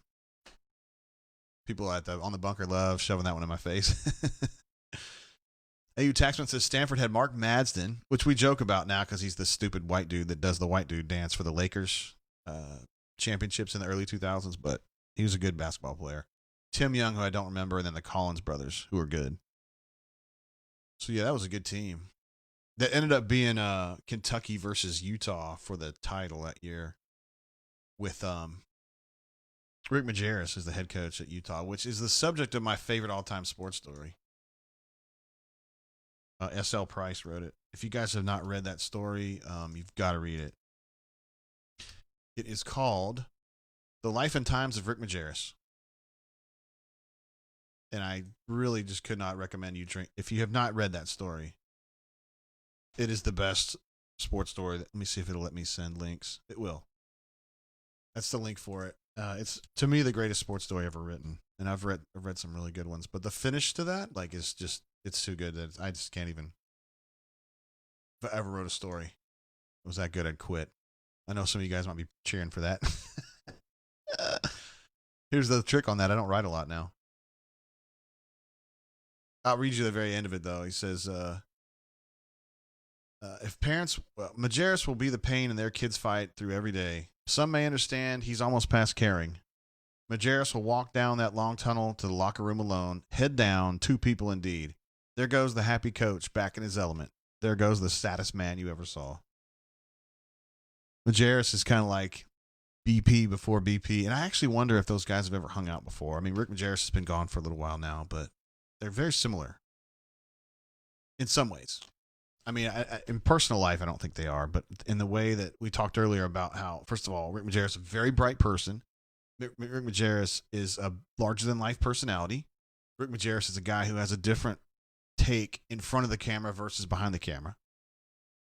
And two guys who made their way at smaller colleges and who broke through because they're very bright people. And they're very, people are attracted to them. They're just kind of like magnets. They just kind of pull people in just because they have a magnetic personality. Canoe Man says Rick Majerus is such a different cat. I mean, really, you want to say one of a kind, and then I say that BP is a lot like him, but yeah, Rick Majerus was something else. Loved his players, absolutely.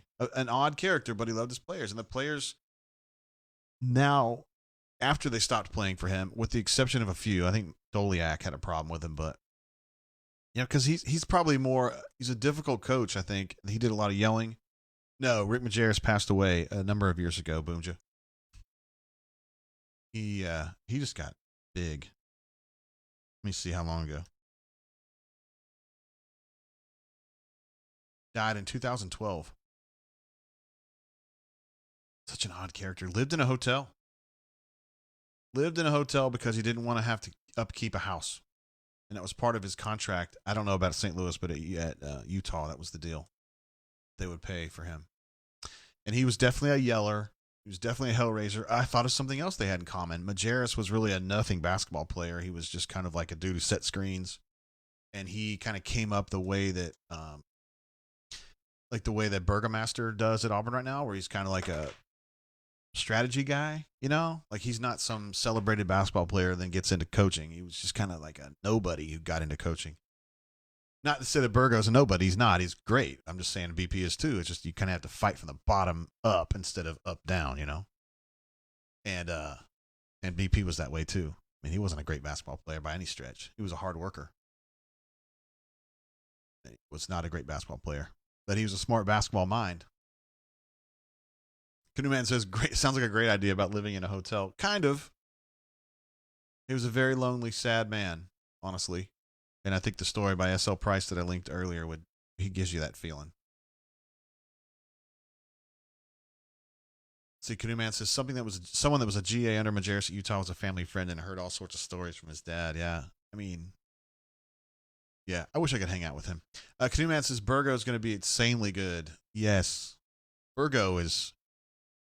Yeah, I'm talking about Mike Burgomaster, who I think is like assistant director of ops or something like that. I mean, it's a cockamamie name because really what he is, he's the strategy ace. So he's the guy that like. Not that, I mean, BP can figure this out, believe me. Okay. But BP's dealing with a whole lot of shit. And so he kind of he hires a bunch of dudes. He's got his 3 full-time assistants, plus he's got Chad Pruitt, and he's got Burgo. And those 2 guys on pretty much any other staff would be an assistant coach. Like, he's really got 5 assistant coaches. I mean, you got Wes, Ira, Stephen Pearl, those 3, plus Chad, who would be an assistant coach pretty much anywhere else, and then Burgo, who I know would be an assistant coach anywhere else. He's got 5. Burgo's the guy that does a lot of strategy. So he'll watch the tape of the opponents and he'll break down kind of what they do. And you think, well, anybody could do that. No, I don't know. Burgo's pretty damn good at that, man.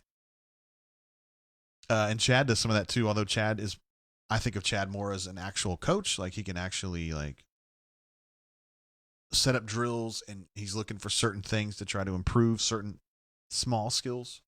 He's been a coach like that for so long, and he's also been around BP for a while now, so he's kind of adapted to the college world. I know Chad's been in the running for some head coaching gigs in college, so I mean he's going to move on eventually. But right now, BP, to me, this is the best college coaching staff I have ever seen, and I covered Kentucky at their peak. He's got some incredibly good assistant coaches, and every one of them has a certain area of strength that just helps with it. And Burgo's definitely the strategy guy. Super, super good. Speaking of Burgo, did anyone notice the pants he was wearing during the Maui Classic? I did not, no. Cody Man also says most of our best games are the games that Burgo's in charge of strategy. Well, Burgo teams with somebody. I forget.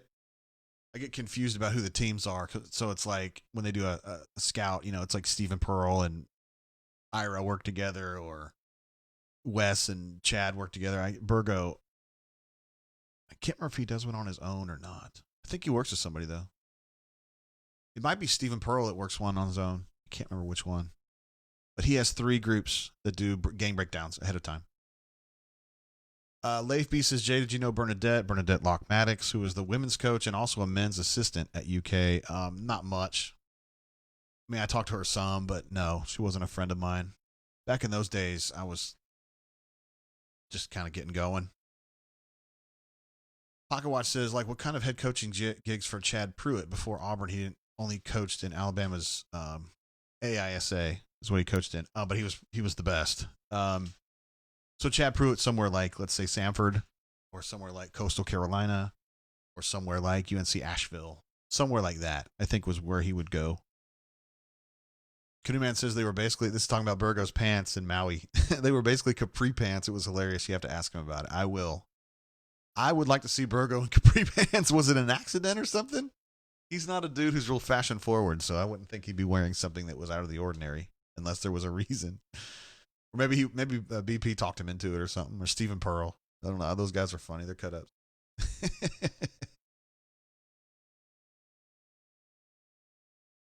Let's see. Pocket Watch says, and Pruitt only coaching girls at that. I can't remember.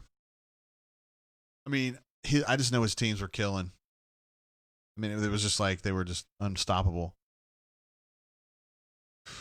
Let's see. Leif B says, you ever read The Last Great Game about the Duke UK game? It's a great book that is amazingly in depth. I don't want to read about that game anymore. I want to pretend like it never happened, Leif. Thank you. It was a tailoring mishap. Okay. I definitely have to get with Burgo on that next time I see him. And I love me some Burgo. I miss hanging out with him and Chad. I mean, when I go to practice, I always hang out with those two because the other guys are doing other stuff. I will definitely remember to ask him. I'm going to sear that in my brain and make sure I remember Canoe Man. I'll probably have to message him today just to make sure I get in line for that one. Maybe we'll get him on the brain drain or something. He'd be great on the brain drain.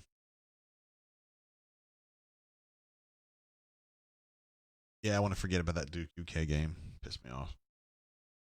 No way you got to bring that shit up. It's mean. I don't care anymore though, man. I left UK in '98. I'm gone.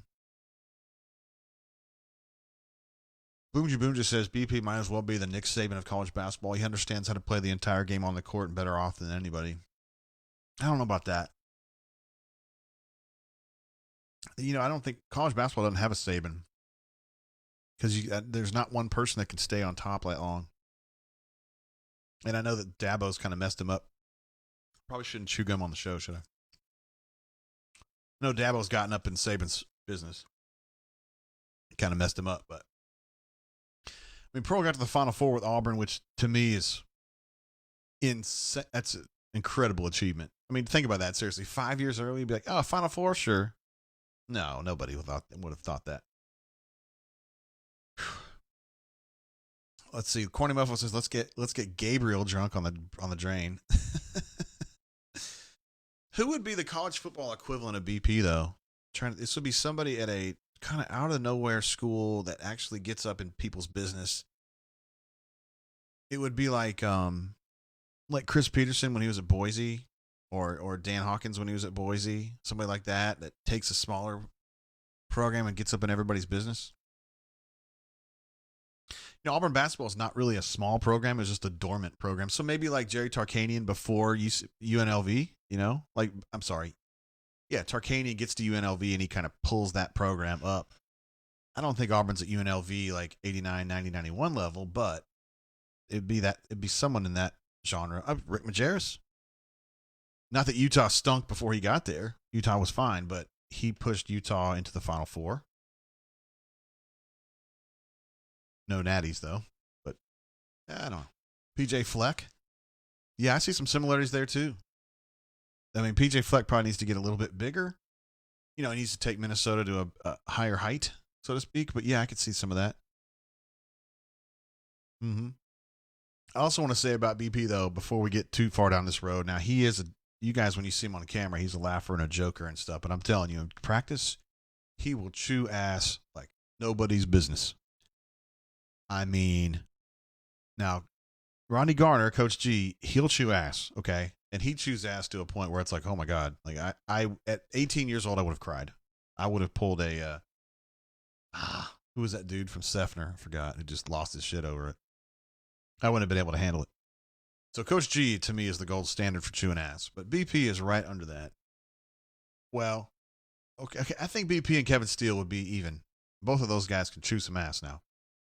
BP, I literally watched him. I think I've told this story, but not really necessarily in depth. This is back when Bryce. This is before Bryce. This is when he was kind of like good sometimes and bad sometimes. And he would just when he would have a cold streak, he'd miss 3 or 4 shots. He was just done. He would get on the sidelines and just do this, and he'd be a sobbing little wench, right? There was a point. I was at practice because BP lets us go to practice, or did, prior to COVID.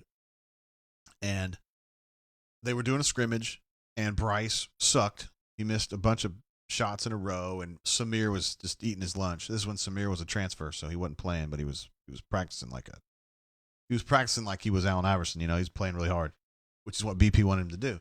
So Bryce got his shit packed in for a full 4-minute segment, and he sat down on the sideline and he just started in with his Bryce, that stuff. And I mean, BP went over to him. He stopped practice, went over to him, and was literally just standing over him, screaming at him, calling him a pussy. I mean, I don't know if that's the word he used, but he was just like, "You're soft.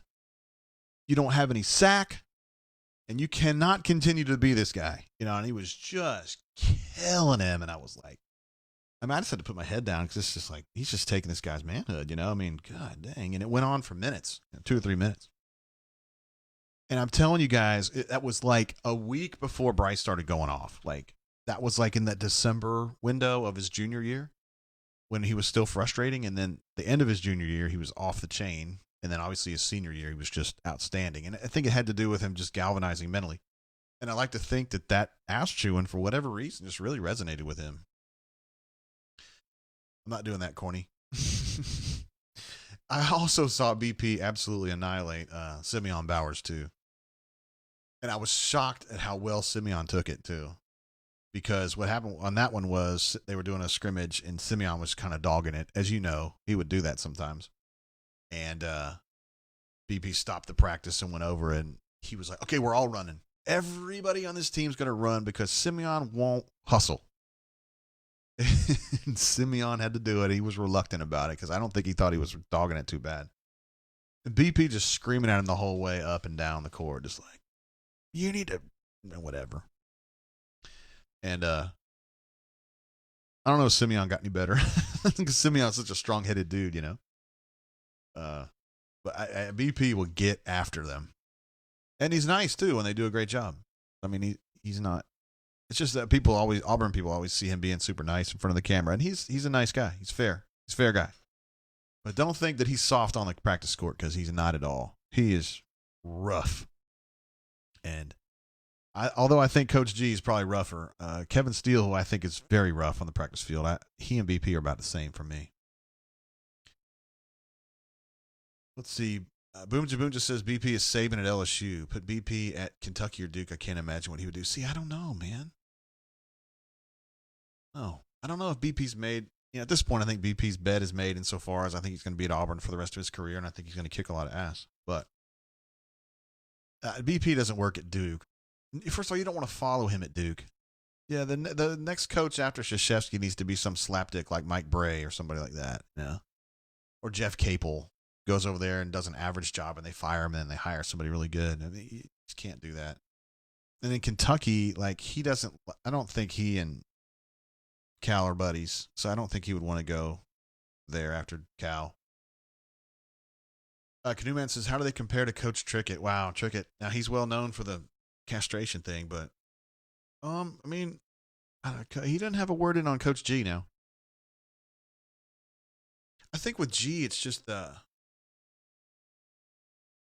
like a thing that's weird about Coach G is when BP's chewing ass, he's very active. Like he's right up in your face and he's red and it seems like his hair kind of stands up and he's like, he's like raging like a roid rage. He's not on roids, obviously, but he's just like super mad.